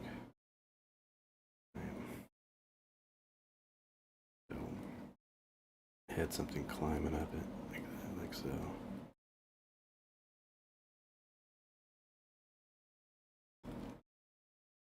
Okay, but what was cool about it was that it was like this really rich green, and then the leaves were just starting to turn. It was like super rich red on the tips. Just a little bit in there. Super rad. Super rad.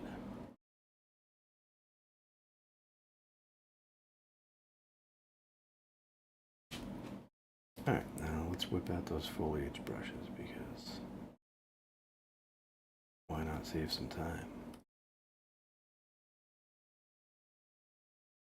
Let's get our background color, our foreground color. Here we go.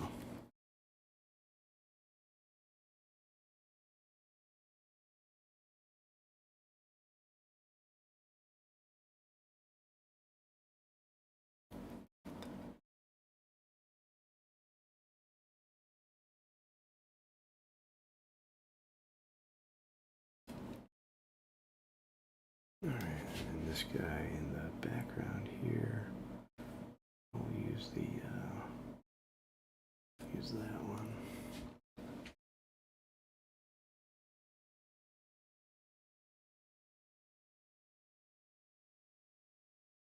Then we'll switch over.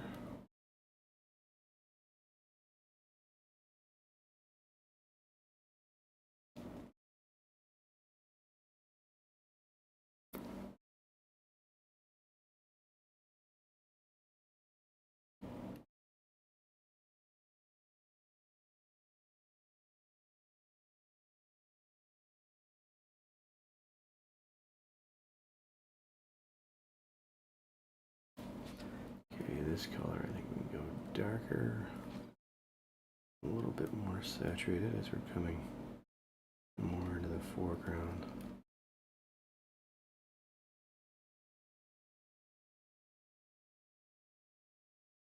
And then our reds I think actually can go darker as well.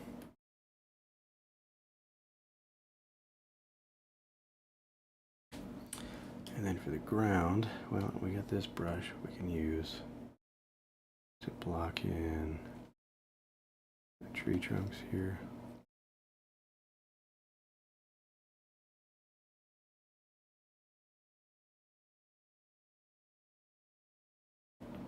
And then in that background, we go with, probably go with a kind of a purple color.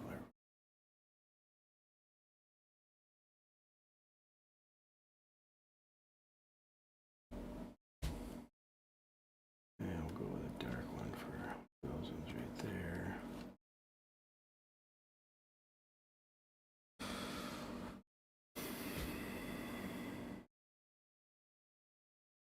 This, I said we're going to push a little more towards blue.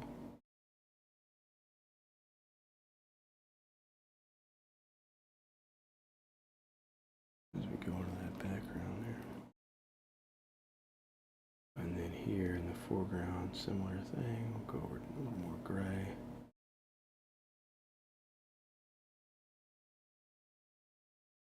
Thinking about those grays.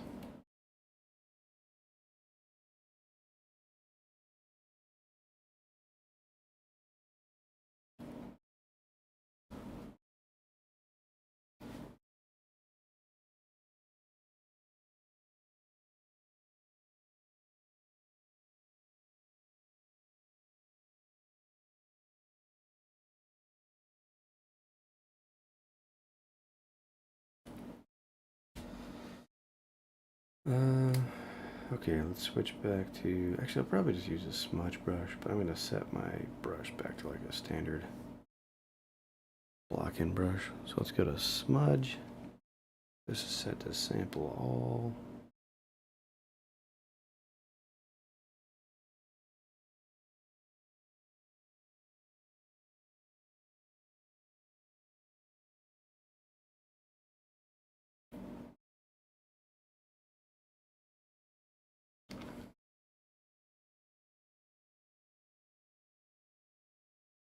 I'll extend that shadow up a little.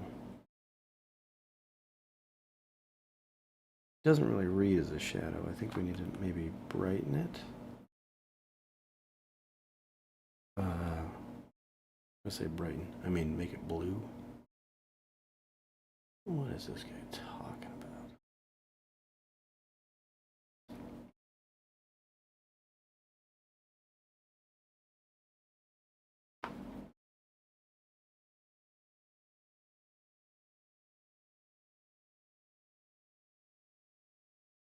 And then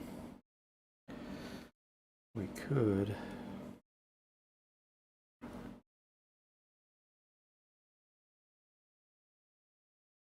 I think that should be darker and perhaps more saturated. We get into the background just because the local value is higher. You know, the trees being, so the grass is, you know, this kind of bright green, and then you got those trees back there.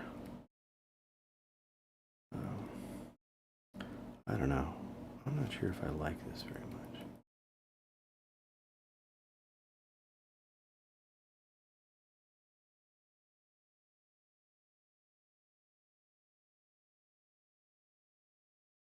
This, I feel like, maybe even our foreground might not be quite as blue, but I don't know, to extend that shadow into the foreground.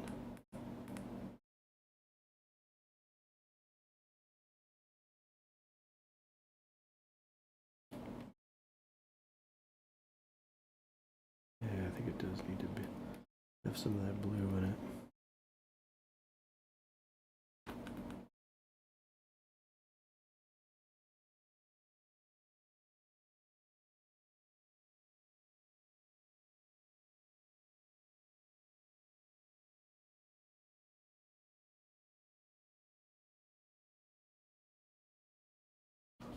I don't know, colors are getting funky.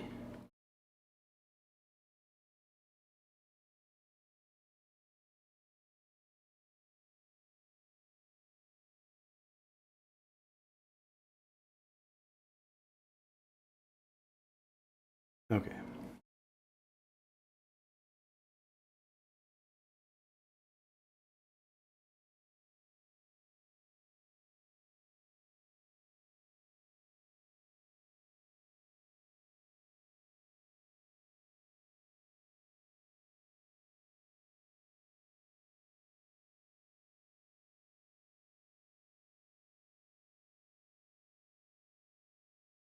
And this value, I think, could be reintroduced right in there.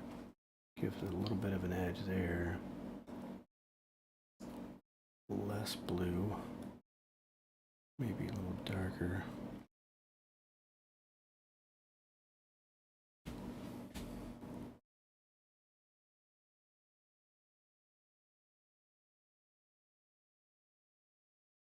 Break these up just a little bit.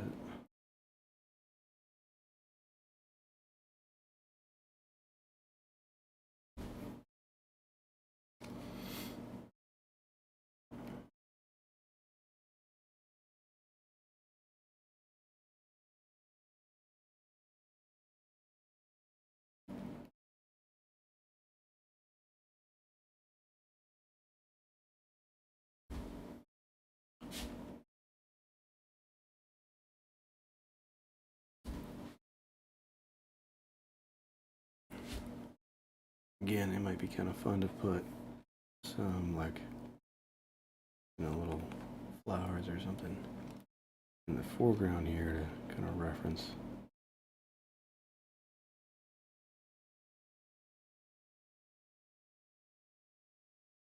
Reference the same thing going on there.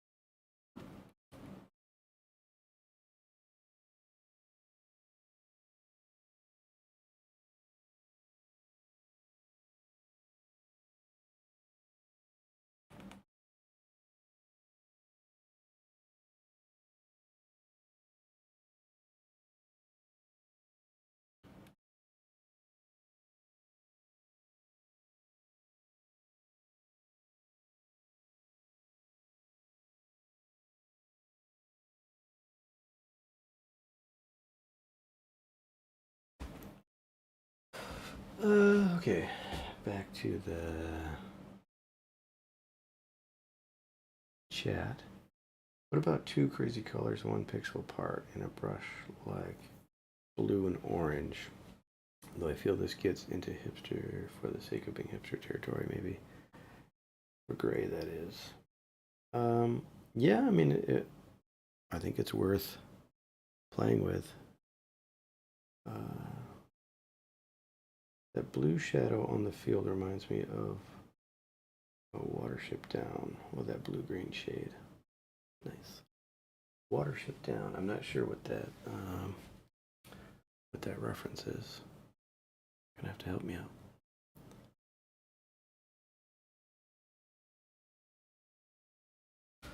I'm ignorant with these cultural references. Now, should this be bright up here? Should we push that to a richer green, like this is going to catch some light up there?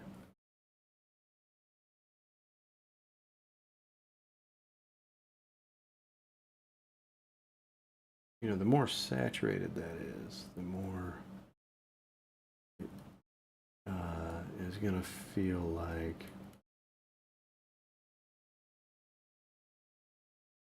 there's light behind it, which is not really what we want. But I think what we can do here is we can push this at least compositionally to be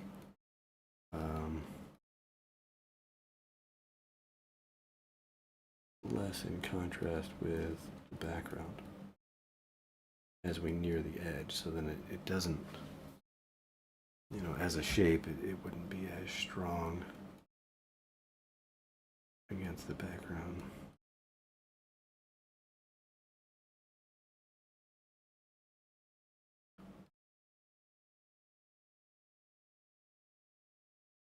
And let's throw some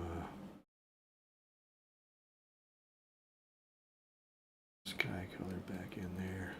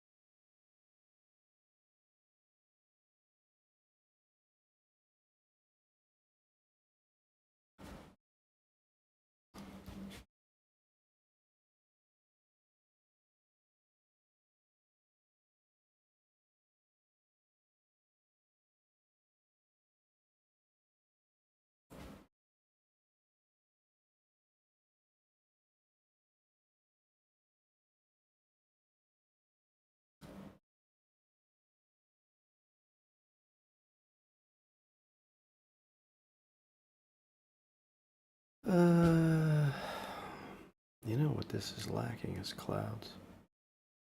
Do we want clouds in there? Or do we want that clear sky?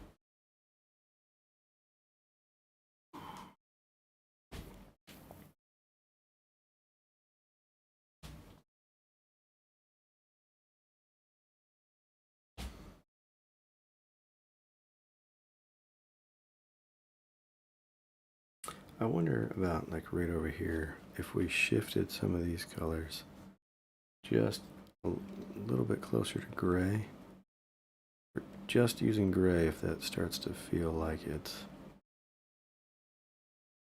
cool, you know, a cool color rather than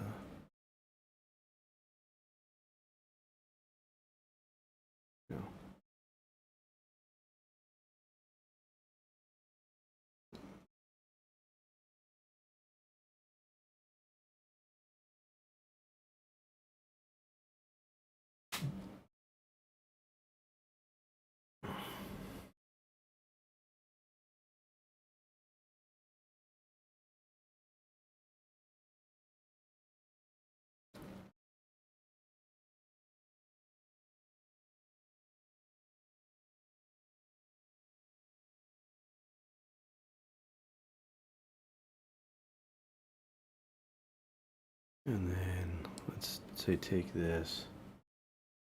We could just go warm with it and see how much that affects things.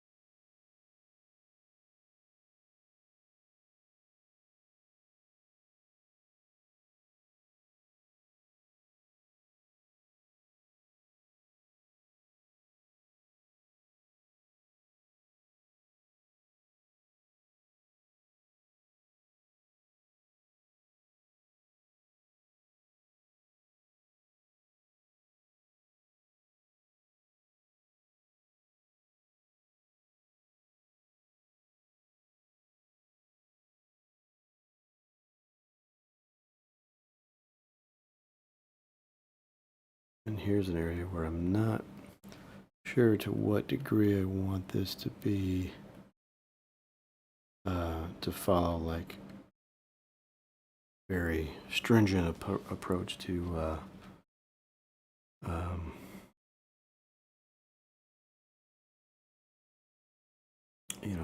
structural approach, I guess, because part of what gets implied with these cloud scenes is that there's other clouds outside of view that are casting a shadow onto this. So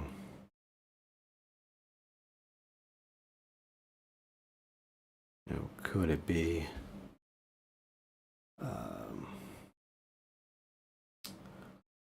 could it be that this shape here doesn't have this direct structure of like shadow on this side, light on this side, like so. Which actually doing that looks kind of nice. But if there's another cloud there that's casting a shadow on it, so it ends up being like that. And then you have that slight transition there.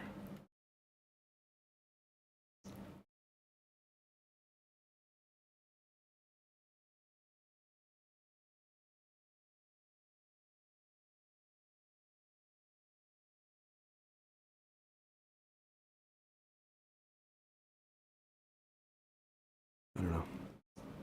To me, that makes for more interesting opportunities, I guess. Unexpected type things to happen.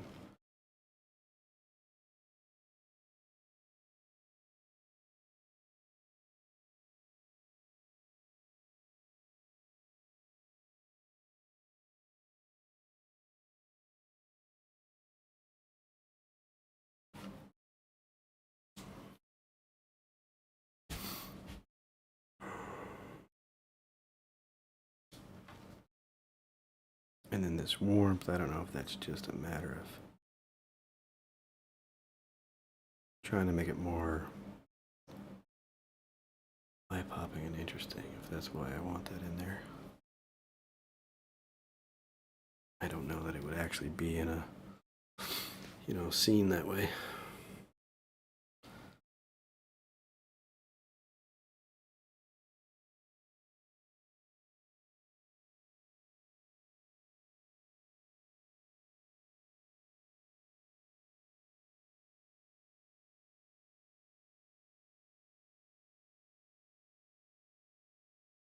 For this one, let's see, do we want to throw some foliage growing up there?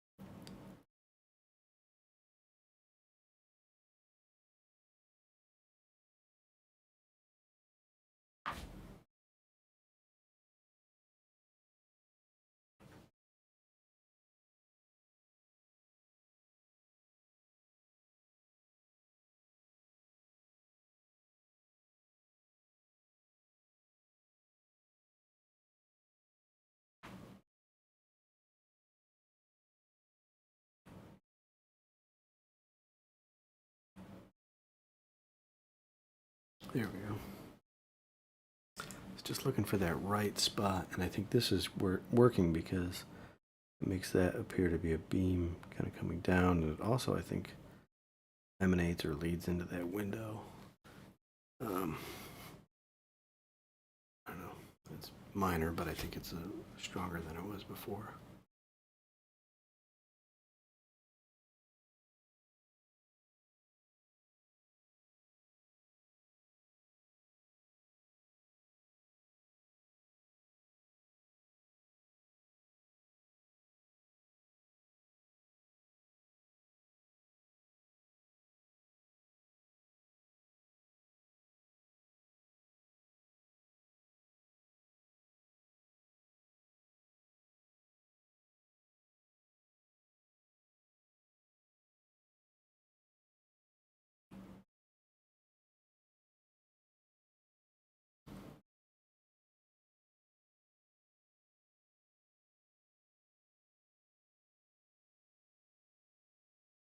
Yeah. I don't want to go too heavy with that, broken thing going on, but I like it. I like it. It seems to.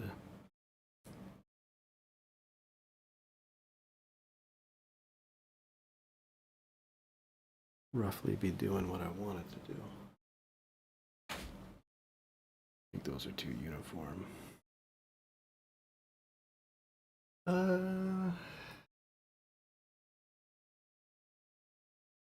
Okay.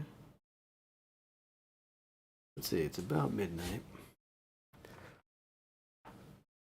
We could take one of these a little bit further, but I think I'd rather just kind of take in what we've got.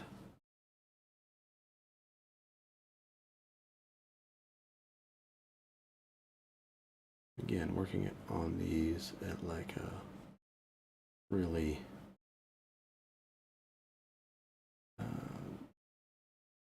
large scale view. I mean, holistic. Like looking at the whole picture backed up.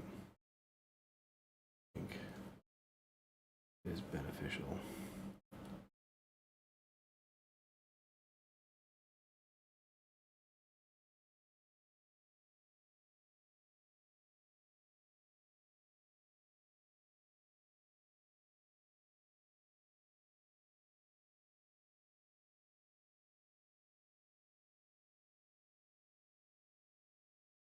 That color right there is probably too purplish. I think. Trying to split the difference with, blue. Working our way towards blue, but then having that evening and a spike of warmth in the sky.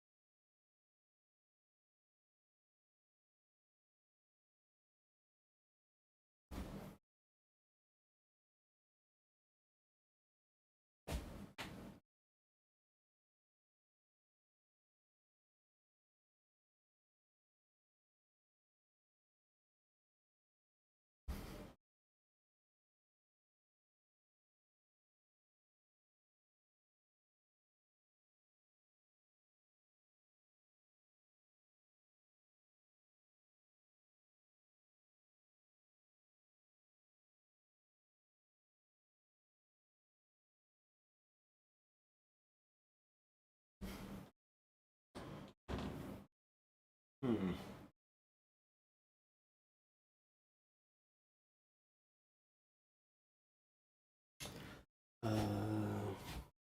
Looking back at the chat, I think in reference to Watership Down, you would like it. It's an old animated movie classic with great story and art about rabbits migrating across England. I guess pretty brutal and sad though at times. One of those nature, you know, nature is kind of brutal sometimes. One of those kind of stories. Okay, so zooming in on these.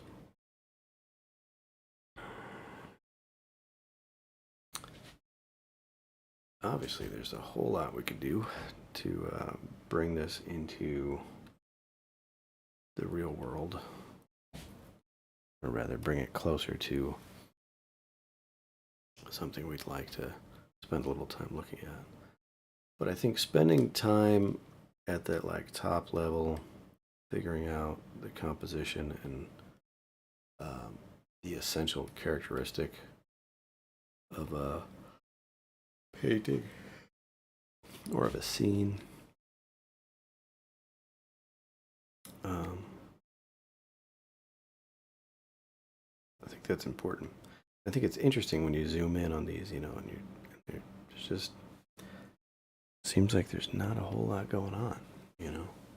But compositionally, and I think in terms of the color balance that we're working on here, and then the way that these like complementary colors kind of bounce, with that underpainting. You know.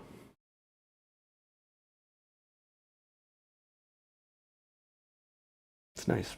I think, I mean, if I do say so myself, obviously when I get in close, there are things particularly about like thick and thin shapes and the edge quality that I would definitely want to work on.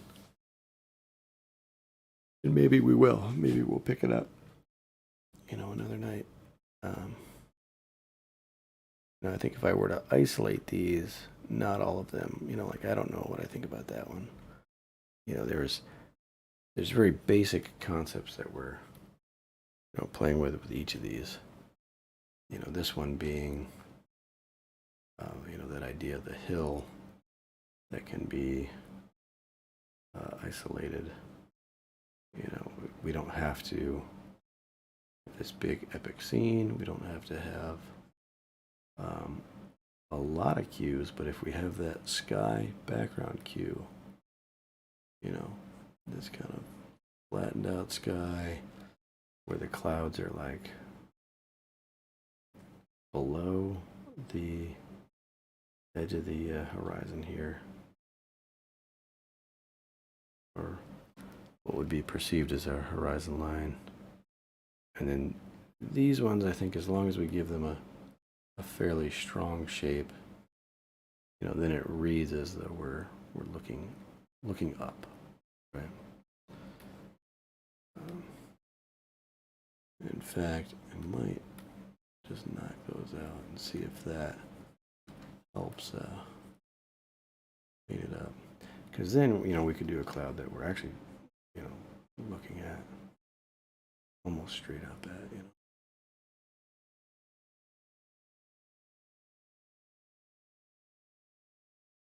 So the perspective cue for this is all in the cloud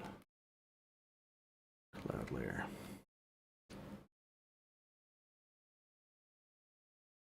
Clean this up a little bit.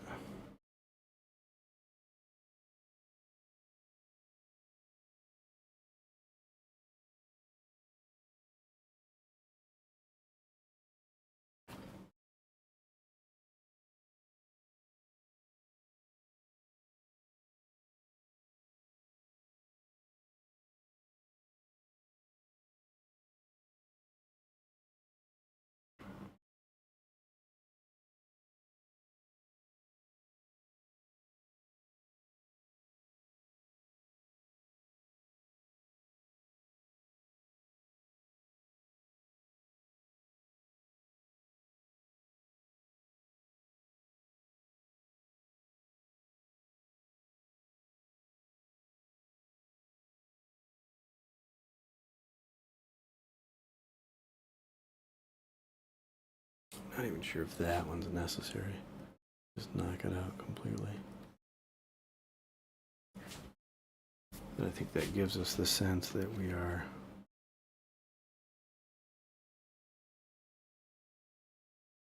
looking up.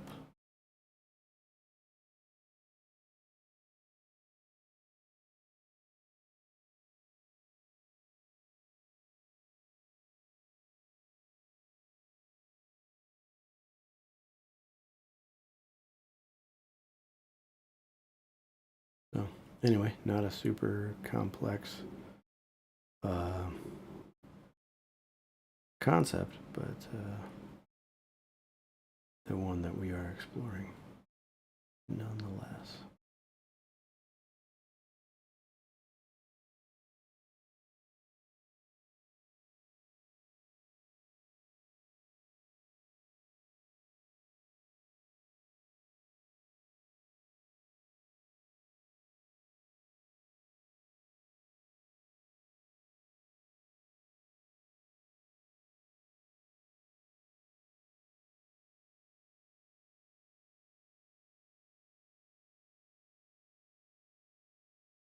I think also keeping other things in the scene kind of straight up and down helps. You know, like having these trees vertical rather than like leaning back.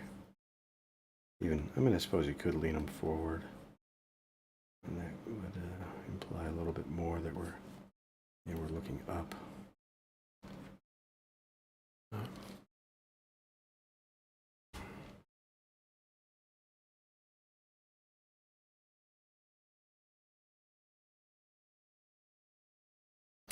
Okay.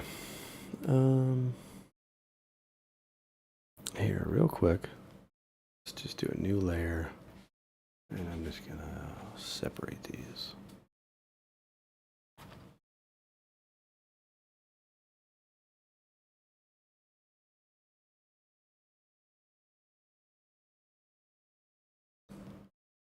My stomach is rumbling.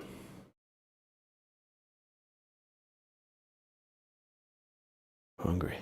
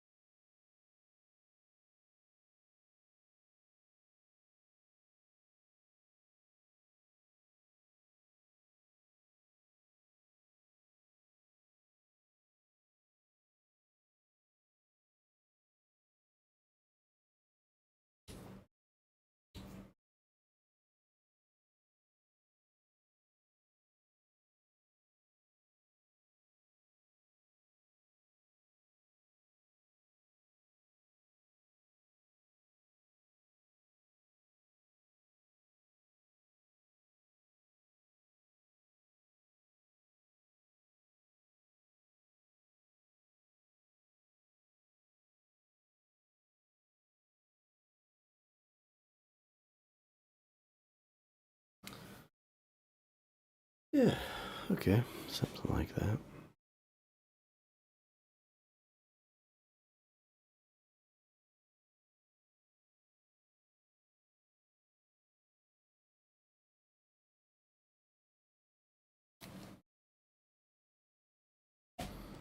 This looks like it's trying to be the same.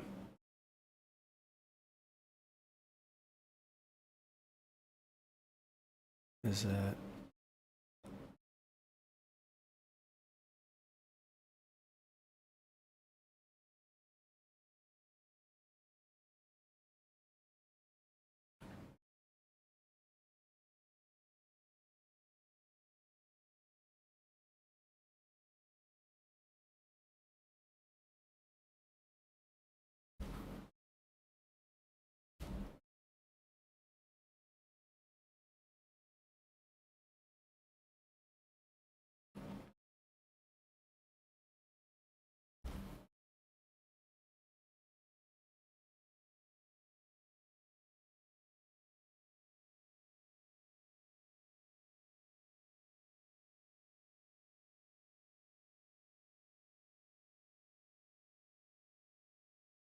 Doobie doobie doo. Alright, let's go.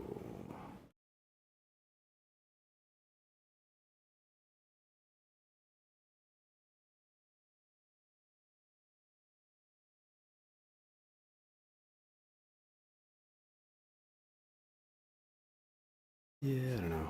Maybe I've just been looking at it a long time. Like, pushing the contrast a little bit feels kind of nice, but I'm also very conscious as I'm working, like how much I was working in the lower uh, values. I want to be careful of that. Okay, yeah, I think that'll probably do it for tonight. So let me zoom in here, see what we've got.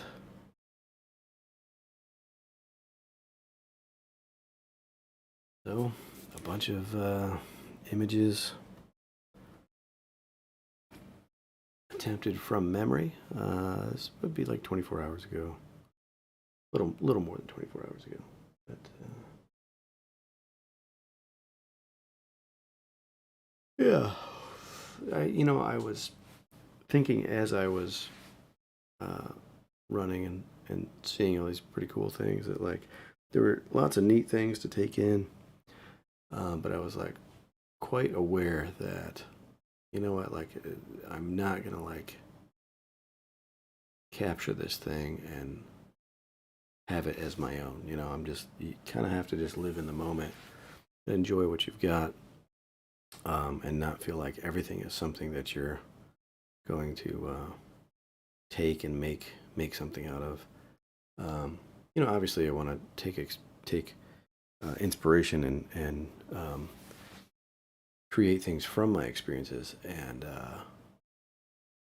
appreciate things on a deeper level. And again, to use that kind of painter's mindset of like looking at something and analyzing it, and you're kind of painting as you're looking in a way. I'm sure you've heard that before. Um, but yeah, I also have to appreciate that like this is just a moment that I'm enjoying and that I'm seeing. I'm seeing beauty in creation and not necessarily looking to exploit it for my own ends, if that makes sense. But it is nice to work from memory and to try to capture some of those things so that they're not lost. That you retain that as knowledge and as that it's an enriching thing. So that's what I'm hoping for here. Checking the chat real quick. Nice work. Good night. Yeah, I kind of hate that about cameras. Keep thinking about the photo instead of being in the moment. Yeah, and I think to some extent, I mean, I could gripe about this, but I guess it is what it is.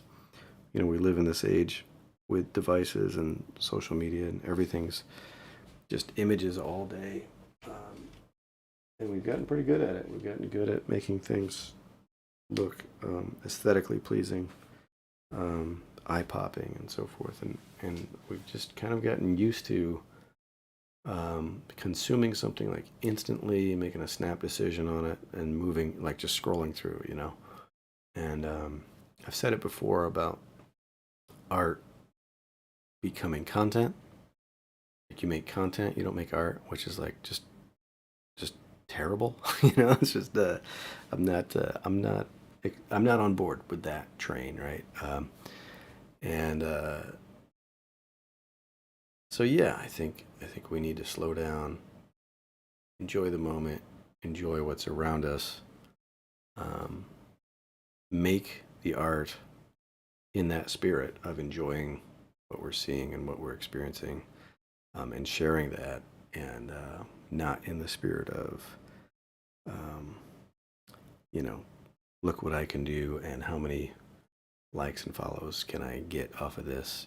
That's content making, and uh, that's sad. I think that's beneath anyone who has the ability and the drive to do this. You got to go deeper with the why you're doing it and what good is it. What good is it at all? you know, not just what good does it bring to the world, you know.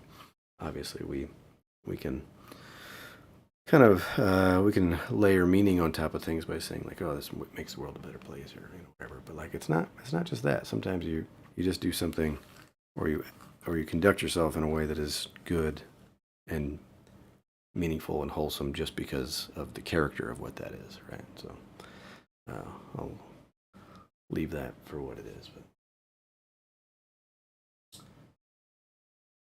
yeah, yeah, and well, so I'm just looking at the chat to like pleasing people with content, and yeah, that's true. That's legitimate, and that's where you're sharing art in a way that um, has some kind of relationship or community aspect to it.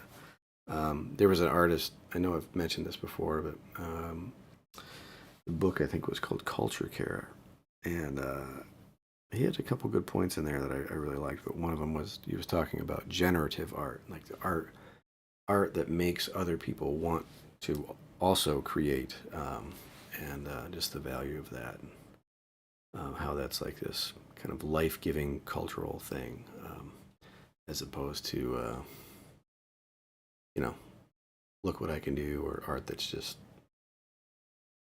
I don't know, some things I don't know, some things just leave you hanging, or they leave you in this state of like um, they can leave you impressed or whatever. But there's something about like seeing something or listening to music that just makes you want to make music, or paint, or um, live more fully and more engaged with things, I guess. Yeah.